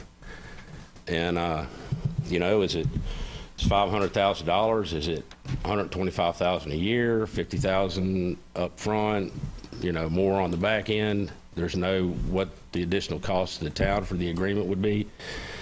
And the town attorney could correct me if I'm wrong, but under FOIA, it says at least one copy of the proposed agenda and all agenda packets, and unless exempt, all materials furnished to members of a public body for a meeting shall be made available for public inspection at the same time the documents are furnished to the members of the public body. You all have had this since you had a closed meeting, the proposal, and that I've been able to find where normally proposals and proposed contracts are links in the agenda packet. I have been unable to find this proposal anywhere. So, you know, it would be nice if you would let the public see what the proposal is that you're looking to accept or reject tonight. Thank you. I'm not saying we addressed that proposal in public, the night we got it in, as far as the dollar terms and what they were proposing. You did state the amount that was, guess, cited So in the that proposal. figures out there. Next. Good evening, Mayor Barber and Town Council. My name is Debbie Sherman Lee, like you all don't know who I am. And I am the chair of Christiansburg Institute, Inc. I'm here this evening to say thank you. Thank you on behalf of the Board of Directors for your continued support of our work at CI and the preservation of the historic Edgar A. Long building.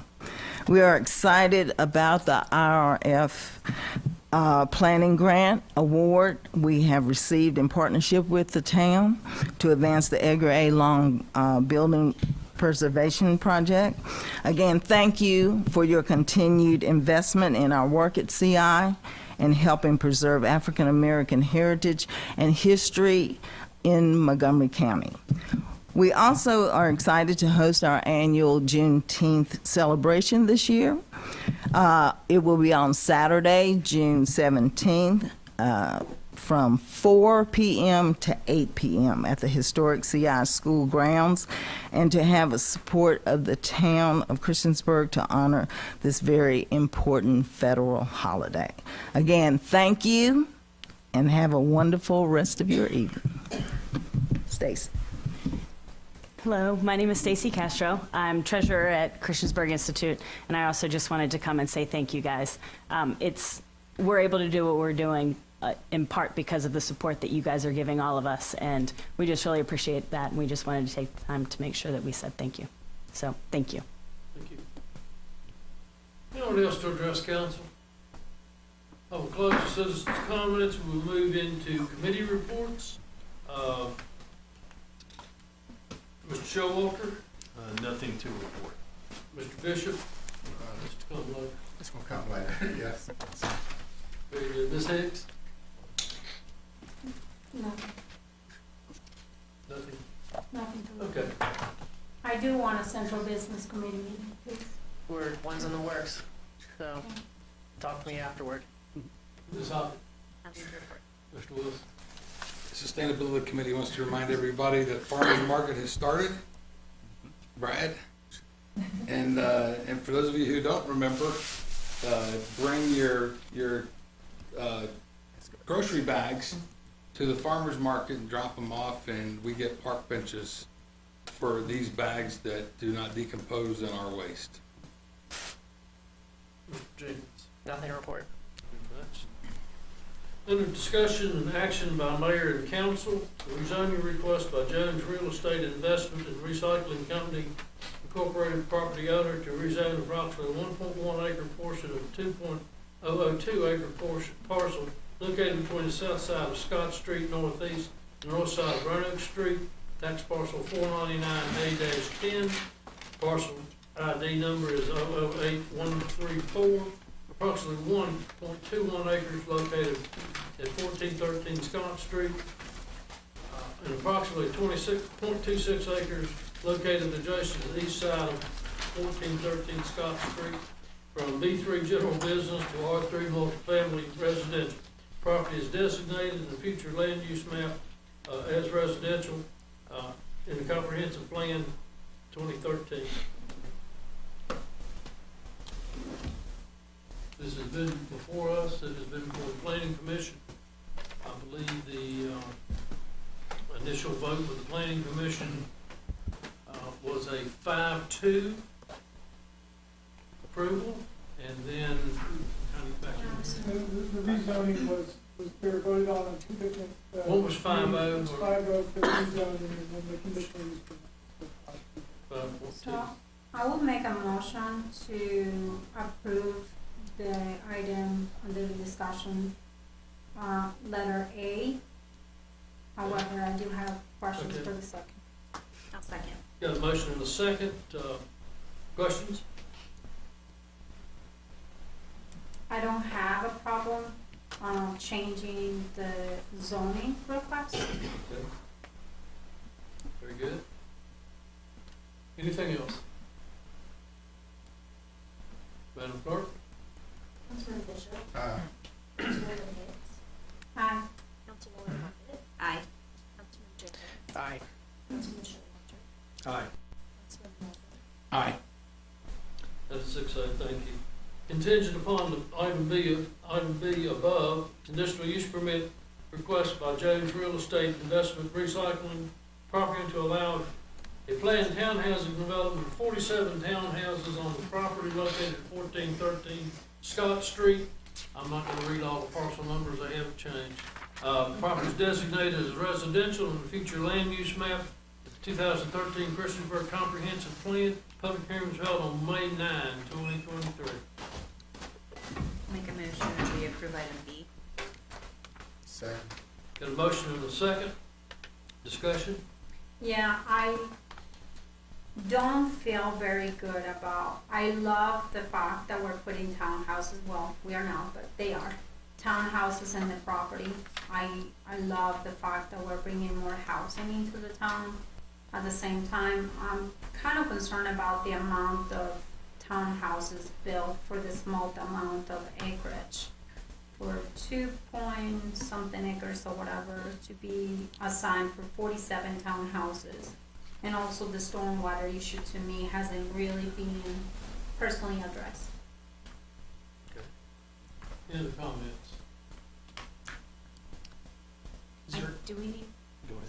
sorry, do we need to have any discussion about the sidewalks? I noticed in our agenda packet there was some information related to whether or not sidewalks would be required along Scott Street and Roanoke Street. Well, I guess in the conditional use permit, we'll address those with an address. Right. It was mentioned at the, during the public hearing by the council to specify exactly the condition that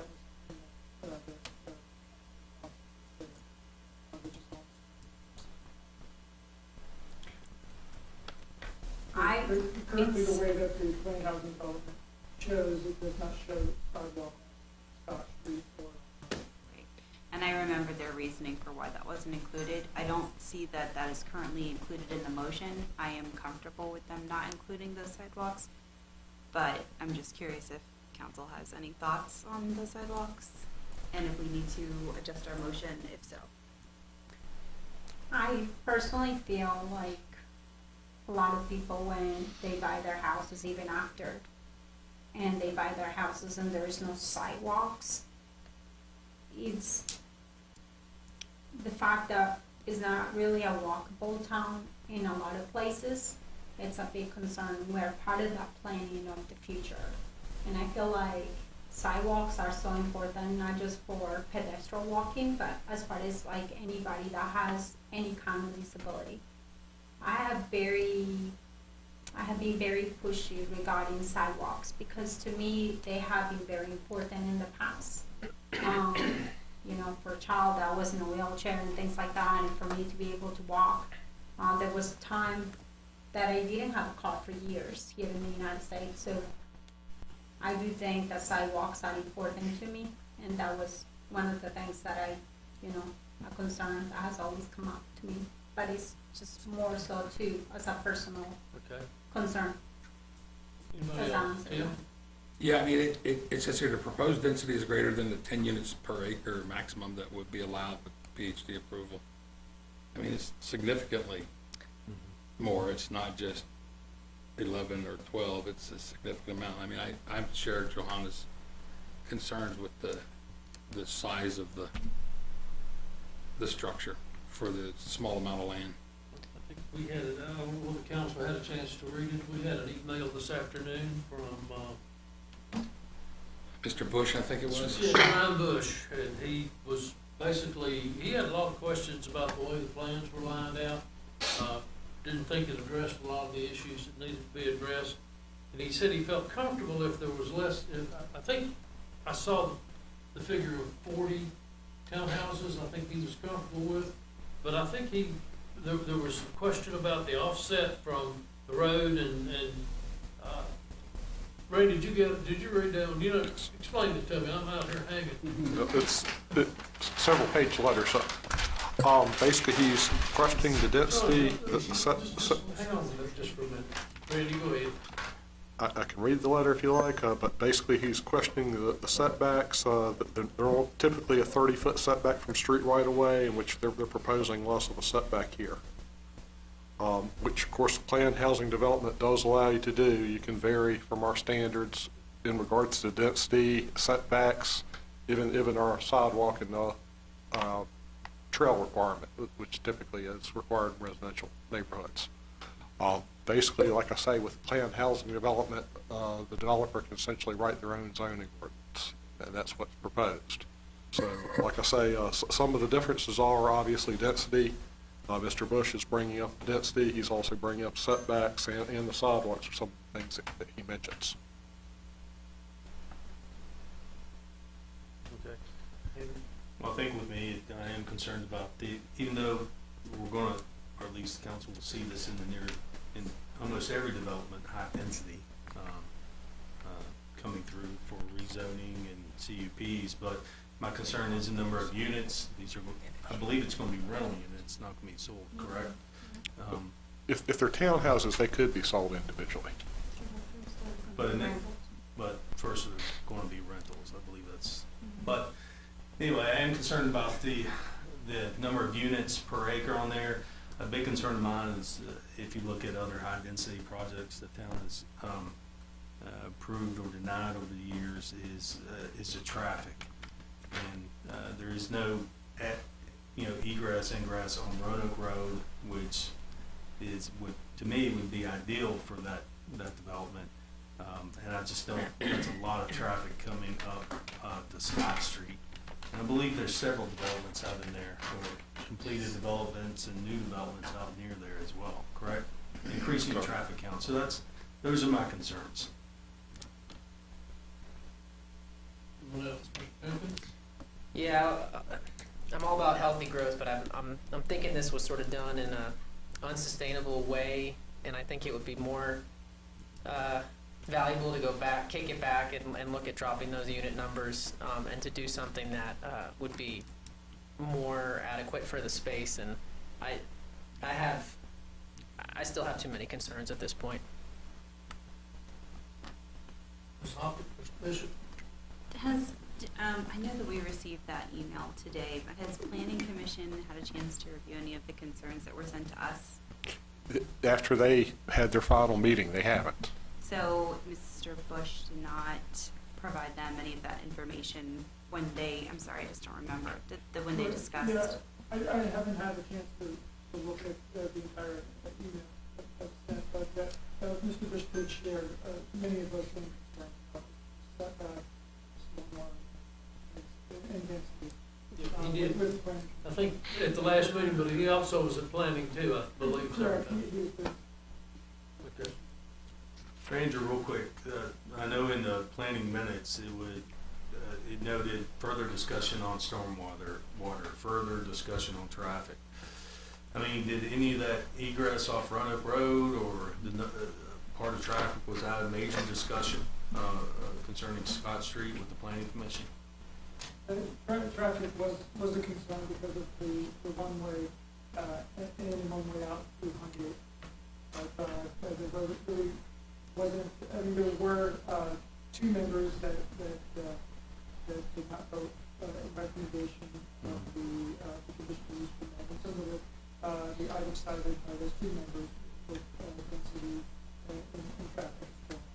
Okay, thank you. Some of the items that were brought up from the, and it was in our work packet from Planning Commission. Concerns brought forward during the Planning Commission meeting included lack of proper sidewalk, density at 13 units per acre, and road widths. Now, they did vote 5-2 to recommend the request. So, any other questions or comments or discussions? The way it is right now, I am a no. Just Okay, because well, of. let us get the vote. Let's call the vote, we'll get it. Ms. Inline? Councilman Bishop. No. Councilwoman Hicks. Nay. Councilwoman Hoppert. Nay. Councilwoman Jenkins. Nay. Councilman Schumelke. No. Councilman Wilson. No. It is 6-0 against, so the conditional use permit is denied.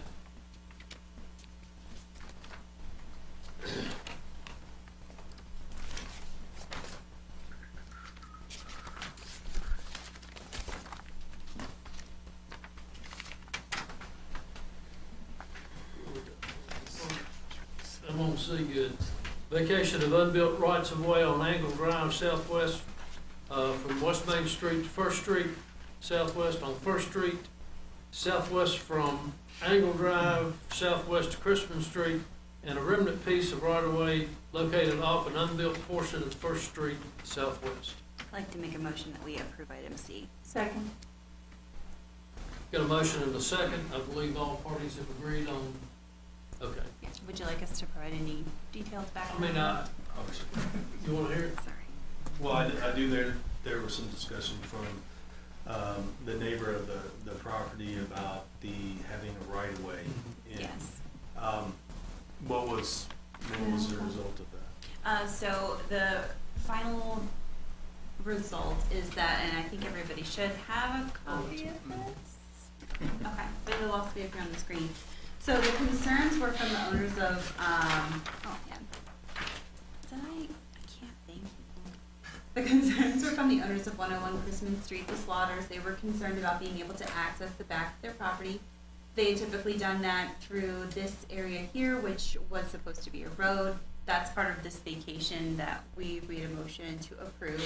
And so the agreement will mean that the developers here are going to provide in this blue shaded area an easement, and the owners of 100 Engle Drive, the Brown family, will provide also an easement, which you see here in the green shaded portion, so that the Slaughters are able to access their property from the back. I think they're going to make some improvements here, potentially putting some rock down, but all three parties involved were happy with that result. So This is going to be recorded easily. it will. Okay, good. Thank Yes. you. Any other comments? Is this like a 100-year easement? Is this right of, do you know what type? That's a vacation of the unbuilt rights of way, so well, it'll all be deeded over to the property owner. Okay. Madam Clerk? Councilman Bishop? Councilwoman Hicks? Aye. Councilwoman Condit? Aye. Councilman Jenkins? Aye. Councilman Showalter? Aye. Councilman Wilson? Aye. That's 6 thank you. An ordinance adopting section 30-21, placement of unattended displays on town square in chapter 30, streets, sidewalks, and other public places, the Christiansburg Town Code, to establish uniform process for unattended displays on town square. I believe we carried this over from last week, Randy? Correct. And basically, we've had requests in the past to place wreaths and items like that on the town square and Memorial. This is just basically establishing a more formal policy, and it is codifying it. So basically, it'd be a little more readily available to the public. I make a motion that we provide in D. Second. Motion and a second. Any discussion? Is that, I know on the square and stuff, sometimes we put, on the other side where the, closer to the antiques I mean and stuff, and the other one by the Christmas tree. I know we sometimes put like the, what is that called, like the signage that is like, banner Banner's kind of correct. thing. Is that any way that we can kind of come up with an idea of having a signage that is a little bit, I mean, that you can have kind of like the poles maybe, and something that is like seen, or maybe something that is a little bit more prettier? We do have a couple of poles over on the tree side, basically the tree side of the square that we use for placing banners. Well, I just kind of wanted something more attractive, like maybe match up what we have for signage in the town. And I know this has nothing to do with that, but it kind of does. The signage that we have for the town of Christiansburg coming from Main Street into Franklin Street, the one next to the museum, I would really like to see, because when you're looking at coming this way, there is like the blue sign, but there is nothing in it. Is there any way we can put like the museum and like maybe an arrow going that way? Coming That's this the way way. finding signs. On the blue finding signs, yeah. Well, That's it. let's Yeah, finish get this. this, Let's get that one done. Finish Thank you. first. I do think that actually Central Business District Committee could discuss That's a good point. where the tree is and that signage and poles. Madam I think Clerk, that's a great place for it. Madam Clerk, would you poll council? Councilman Bishop. Aye. Councilwoman Hicks. Aye. Councilwoman Puckett. Aye. Councilman Jenkins. Aye. Councilman Showalter. Aye. Councilman Wilson. Aye. That is 6-0, thank you. Discussion of Aquatic Center Dry Pass elimination, Mr. Bishop. That'd be me, yes. Right now, the Aquatic Center has what they call a dry pass, and you can get in for $2. Basically, the dry pass allows you to use the facility, but you cannot use the swimming pools. And right now, people are, like, we feel some people come using the $2 to come in and sneak it into the pools, because it's kind of hard for staff to keep up with that, who's coming and going. Terry has done some checking. Any other facility around that has aquatic or aquatic type facilities do not have a dry pass. So the board has recommended to eliminate the dry pass. before, if someone wants to come in, they, what is it, $6 a day or $10 a month for membership term? Right, okay. So basically right now, we're trying to eliminate the $2 pass. Okay, I will make a motion that we adopt the ordinance under letter D. I'll second. Got a motion and a second. Any discussion? I love that you guys are doing this because obviously it's not a lot of money. And then obviously you get more for your buck if you get the monthly pass for $10 if you're a town resident, $15 if you're a non-resident of the town. So definitely come to the pool and use it for that amount. So great job. Thank you. Madam Clerk? Aye. Hi. Aye. Aye. Aye. Aye. That's 6-0, thank you. Discussion of diamond sponsorship and overall sponsorship package, one thing. Of course, we have a proposal from Sheeler Motor Mall for $500,000 for 10-year naming rights, with the name proposed to be Sheeler Motor Mall, Christiansburg, Huckleberry Park. Motor Mall. Motor Mall, Christiansburg, Huckleberry Park. I basically relayed to Mr. Hagan that that would not be acceptable with council. The council would accept something along the lines of Christiansburg, Huckleberry Park, sponsored by Motor Mall. Mr. Hagan isn't interested in that sponsorship, so basically I'm just asking council to reject the proposal. You said he is or is not, I'm sorry. Yeah, he wouldn't be interested in it as a sponsored by naming. Okay. Do I have a motion? And I'd like, I guess, further discussion beyond that of what you'd be interested in regards to the total packages, and just make sure you're acceptable with that. So I make a motion that we reject the offer by the Motor Mall. Second. Motion and second. Any other discussion? Are we going to update the sponsorship application? Correct. But I think you're gonna come to town council Actually, and we're give us gonna have a information. little bit of discussion after you vote. And it's If that's gonna be a acceptable. sponsorships, not naming, rebranding of the Correct. park name. Cause this was citizens paying, unless we get millions of dollars for me, I think it should stay Christiansburg Park. Thank you. Right, so my question was, when, I think the discussion in, during the sponsorship was the naming, and it was brought up that we basically pointed in this direction, to have the sponsor be the first name for the park, which we all approved that sponsorship that we put out there for bid. Brad, this is a little bit less than what we initially wanted to get, I think. We wanted $750, Brandon, and this is less. But I was sort of at odds when I left that night that we're the ones who pushed it out for the proposals. I understand it's less than what we wanted, but we're the ones who said, hey. And so my concern is the amount. Right. Is the amount. Is the amount. We also, that name for 500,000 right. is not worth it to me. So it's not the name, and that's when I left and thought about it for the week. If we tell somebody we want a sponsorship, we're going to name you first and have Christopher Huckleberry Park afterwards, and it was sort of a gray area. So it's not about the name. I would like, for a naming right of the park, I do agree. I would like to see the $750,000 sponsorship in lieu of the 5.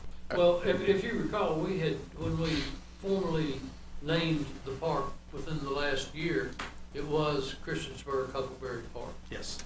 And so that implies that's what it is. I was disappointed that, of course, Randy met and Andrew met with Mr. Hagan and his staff, that they would not do a sponsored by or presented by. So we have a motion on the floor at this point. I think, in my perspective on this, I think I missed something because we went through extensive back and forth about the renaming of the park. And we came out with this great name. And I think it's wonderful. It represents Christiansburg and all the money that's gonna be invested by the town and is being invested by the town citizens. I don't know how I kind of got caught off guard with the rebranding of the name of is for the sponsorship. I have been asking for sponsorships before the park was built. And I think to me this was kind of not a disappointment from David Hagan's part. I think he did what he was asked to do and he gave us an offer. You know, it was a lot of money for him and for me it would be a lot of money, but at the same time I think that there is a difference between, you know, sponsoring something than renaming it for something else. And I think we're spending over $22 million, no offense to him, but you know, Christiansburg should be on it unless we get millions of dollars for me, so. That's my opinion. All right, Sandy, go ahead. Madam Clerk, to call full council. This is to deny the sponsorship request. Councilman Bishop. Councilwoman Hicks. Aye. Councilwoman Hoggett. Aye. Councilman Jenkins. Aye. Councilman Showalter. Aye. Councilman Wilson. Aye. That's 600, thank you. Discussion of Board of Zoning Appeals application. If I could just get a little, I guess, go ahead. additional guidance. If you could, town staff has, I guess, kind of discussed where we go in regards to the sponsorship package after this. I guess what we are thinking is that we continue with the Diamond sponsorship, although we can basically change it from a 10-year to a 5-year commitment, and that we change it from naming rights to title placement sponsorship. Basically, we'd be asking still for a $500,000 investment for that, with the understanding that the name of the park would be Christiansburg Huckleberry Park, with basically a sponsored by opportunity. You'd still basically receive the same, I guess, signage package that you would receive with the Diamond sponsorship, but like I say, it'd be basically a 5-year opportunity with only the sponsored by opportunity. Just want to make sure that's the direction of council. Do I have a different version? Yes, you do. And actually, that's one thing I want to point out. The investment in the $500,000 is the one change from what you have in the package. Got it. So we're saying, so the sports complex is still the $250,000? Correct. Okay. If you go up to the next page for the platinum sponsorships, it would also be a 5-year commitment. Different levels, so the sports complex of $250,000, the interactive complex and the dog complex would be $250,000 for the platinum level. So we're going to request $500,000 for 5 years of Christiansburg Huckleberry Park sponsored by. Correct. But then when you do the sponsored by, I saw the signage and stuff or whatever, but it was kind of like in the other ones that you brought to town council the last time for the other business that brought the stuff in. The M and M thing was huge comparison to even the small blue footprint that was for the town. That's a digital sign. But the digital signage to me, I mean, you can see the digital sign a lot better than you can really see what the words on the older display is. So that to me, I would really like to see something in there before you kind of go further. We would have a panel. We wouldn't have their name on the digital sign all the time. We would have a panel for them. It's just on there for identification purposes. All right. But again, I guess in any type of input from council that I could get in regards to, am I headed in the right direction with this? And I'll sort of warn you, with a 5-year commitment for $500,000, that's a pretty big commitment. You may not get a Diamond sponsorship, but that's if that's okay with council. I have no expectation that we would receive this. It's possible, but that's not a place where there's a lot of name recognition in that. I think I'm kind of old school still. I like the LED signs. I think they're great for a lot of information, but I personally feel like if somebody's going to invest on something like this, I would still kind of like to have maybe a real board with like the sponsors and maybe a smaller amount of money that they will pay into it, but you'll have like their logo in it. Like, you know, when you go to the Chamber of Commerce meetings or when you go and stuff like that, Onward and all these other organizations, they always have those sponsors. And it's just very easy to see, and, you know. There's signage with the platinum and gold and diamonds, silver sponsorships as well. Yeah, but So they it's just don't less have signage. like, they don't have a big sign on the front of their building showing that, you know, that they're being sponsored like that. It would be limited to the area that they're sponsoring under the other sponsorships. Are you still working on this, or are you Well, looking for approval tonight? any type of guidance, direction, do you think those are appropriate amounts? Do you think we're headed in the right direction? Is sponsored by the only thing that's acceptable?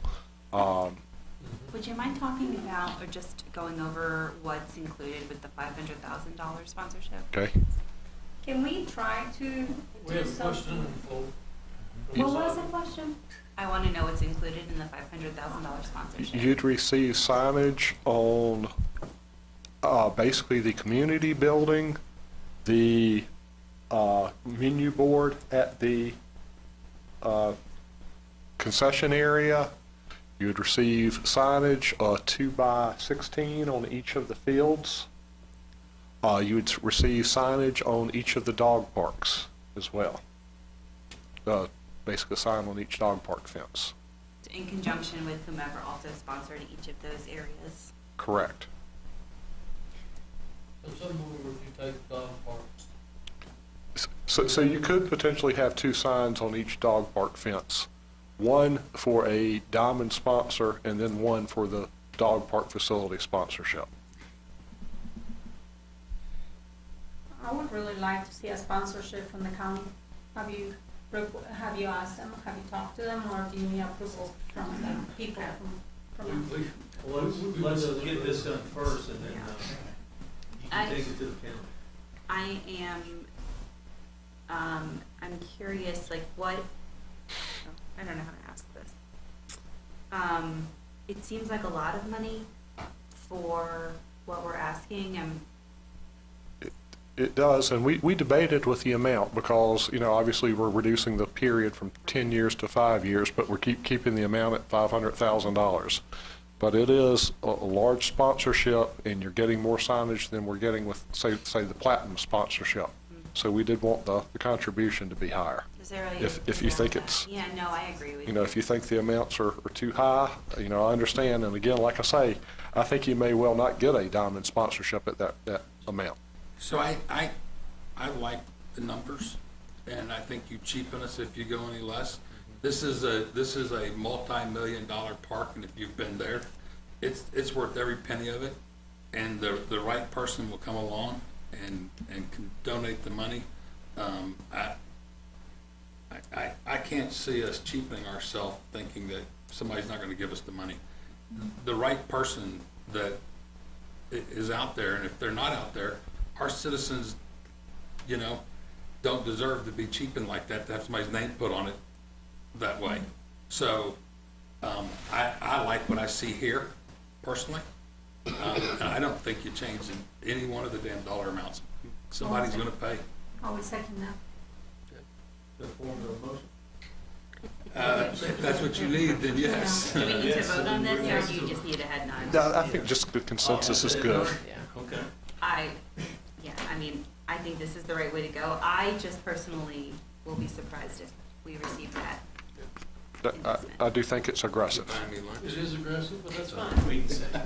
Now, did we discuss, or have we discussed, if we have somebody that say wants to sponsor the playground and the fitness areas? Yes. That's a separate sponsorship? Correct. And that's what, 100,000? That'd be basically the gold sponsorship. We don't have to get down deep in it, but there is For lesser values out there. 100,000, you could sponsor the playground and fitness area, the splash pad, or the pickleball courts. That's all included. Correct. And for silver sponsorship, which is a 3-year sponsorship, the gold's a 4-year, the silver would be a 3-year sponsorship for each dog park area, the Hilltop Pavilion, the sports complex building, and the interactive complex building. And then you can see, I guess, bronze sponsorship opportunities, 3 years, $30,000 for the large shelter, and then $25,000 each for the dog park parking lot, the interactive complex parking lot, and and each of the 4 field scoreboards. Okay, so this was in our packet, because I looked over that. Yep, This yes. isn't any corrective version, correct? That is the version that you have, with the exception of the $500,000 for the diamond sponsorship. So any level that we receive a sponsor, it comes before council for our approval? Yes. Well, actually, I take it that under this, besides the naming rights, we Yeah, I wouldn't don't see why necessarily. we need to see and- any one of and- these except for the, I was just making sure. yeah, no.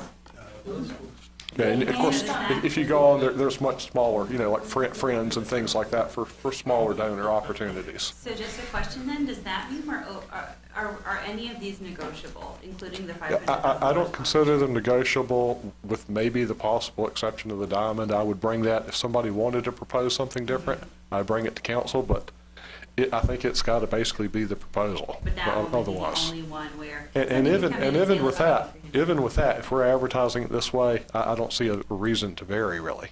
Yeah, Correct. so it really, even at that point, wouldn't come back to us. If someone gives us $500,000, it's a notification. Correct. If we're not accepting something lower, I guess is what I'm saying.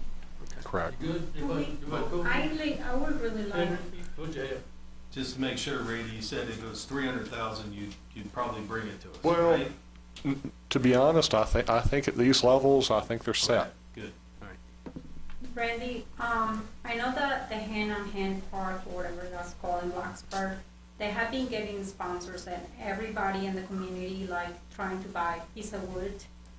And I thought that was a really cool idea, because even though it's one piece of wood at a time, you put a whole bunch of them together and it makes a whole bunch of money, Do we have an ability to do something like that, maybe with breaks or maybe with something like that? I know we have benches and stuff here, which you guys did great with that, but is there anything smaller that we can do? And also, can we do donation boxes for the park?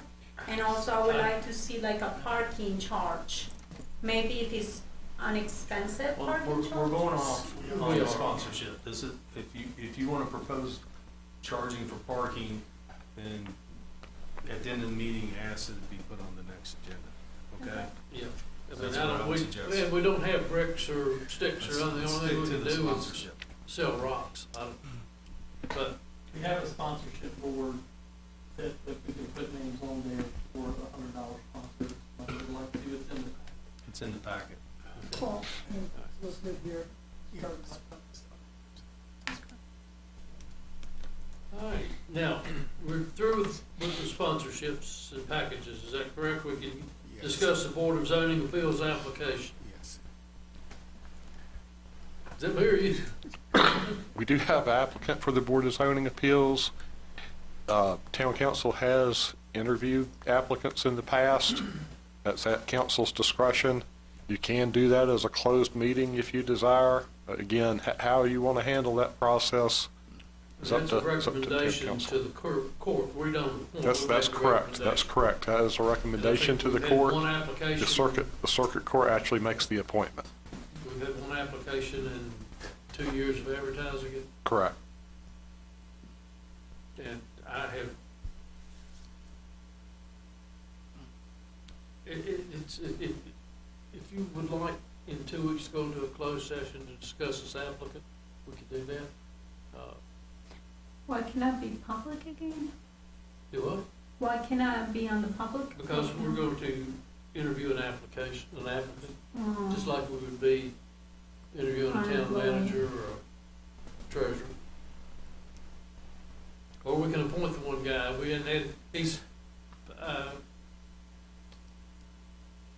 he works at Moog, I think, in Blacksburg. Got good references on him from the people at Moog. He's an Army veteran, and he's in procurement and planning and purchasing and some other things too, and long-range planning, so. I would like for them to come back in 2 weeks so we can learn more about the program. I would agree. Okay, so we'll have that, we'll have the resume and you wanna ask the gentleman to come before us? Yes. And we'll vote, we'll decide afterwards. Very good, thank you. Just What's the pay just rate on make that? sure you do want to do that as a closed meeting, the interview. No. If, yeah. You do have the right to. Is it necessary? It's not necessary. We'll put it at the very end of the agenda. So is this where we're actually gonna ask this person questions? If that's, yeah. I'd rather get his application and meet him if we're gonna do it in open session.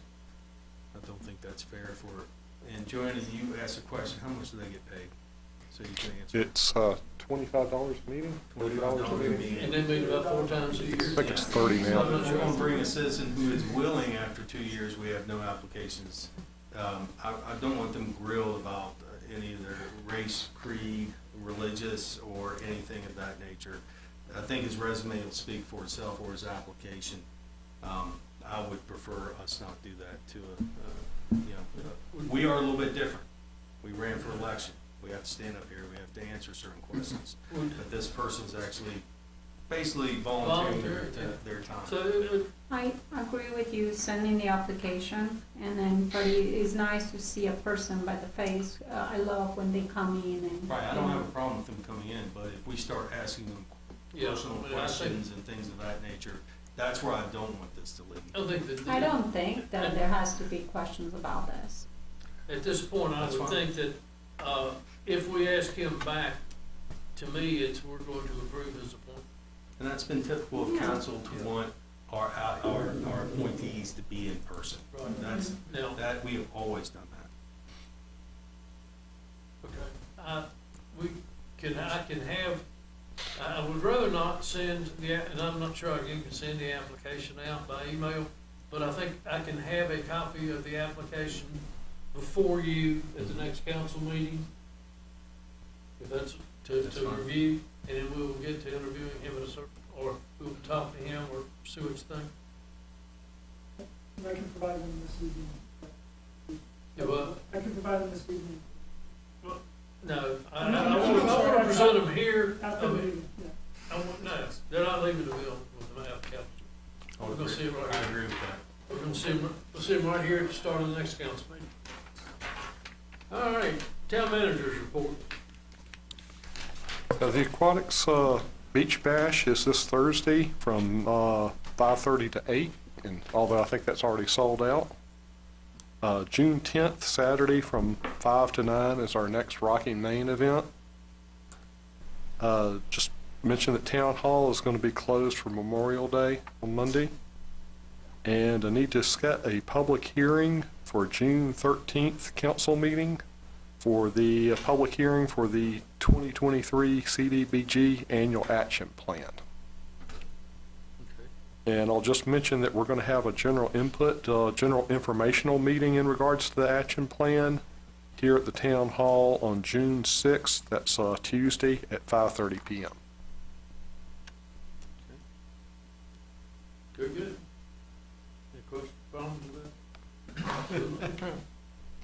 that? Andrew, you anything? Reed? No, sir. Val, any other staff? So far, so good. All right, council reports, Mr. Showalter. Nothing to report. Mr. Bishop. No reports. Ms. Hicks. No reports. Ms. Hoppe. Nothing to report. Huh? Nothing to report. Mr. Wilson. Your plastic bags. Plastic bags, yes, sir. We need a lot of benches this year.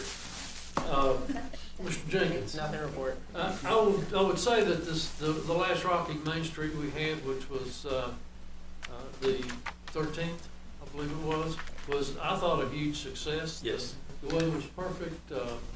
I know that most of the vendors sold out of their food, and one of the beverage vendors sold out 3 times. So it was, well, either that or hot, nobody was thirsty, or they just short-treated, but it was a good turnout. We had a lot of compliments, particularly on having town hall open and the restrooms open for the citizens. So we got a lot of comments on it. Brad Farmers Market seemed to have gone well Thursday.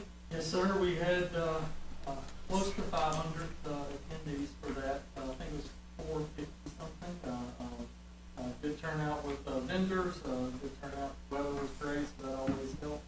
And they were mainly selling plants. There's not any, wasn't a whole lot of produce out there to Not a buy. lot of vegetables this time of year, but a lot of plants and some winter crops and those types of things. But overall, it was a successful event, and as we creep closer to the summer, then we'll start getting into a little bit more vegetables and those types of things.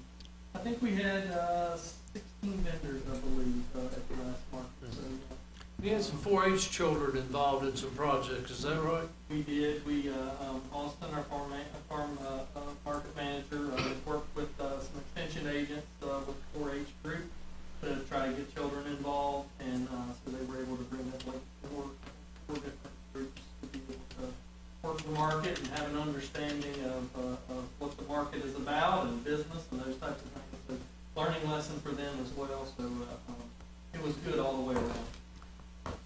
Mayor and Alibi, Public Works and Rescue Appreciation Week. Just a reminder. Yeah, it is. This is, go ahead, Tim. I'm sorry. You tell them I stutter. No, just as a reminder that last week we celebrated Law Enforcement Appreciation Week. And Mark, we just make sure you know we love you and your guys. And this week we're doing the Public Works and the Rescue appreciation. So if you see the guys out and about, make sure you share a little love. Bring them donuts, food. They're always available to pick up stuff. There is, But Christina was saying that since Public Works and the rescue squad or EMS workers don't usually have a support group like the police department do, I think it is Thursday morning in the admin room. She's going to be collecting, if you want to bring goodies and snacks and cookies or bags of candy, she's going to kind of divvy it out and take it down. So if any of you would like to stop by with anything or drop off money to buy anything for them, that's what the plan I think they were going to do. Well, not to shame any of the other council members, but Ms. Hockett and I took some stuff to law enforcement last week. Just put it out there. I did too, Tim. I took an appetite. I know we did. We seen you. So is there a time she wants everything there? It's about 9 o'clock. 9 o'clock? Yeah, that's early. I believe, anything else to come before council? I was just gonna say about the locations for both of those events, like the food truck rodeo. I loved it where the stage was. That was a perfect location, actually. I love that. And then obviously right in front of town hall is just so accessible to the bathrooms and stuff. So really worked out great.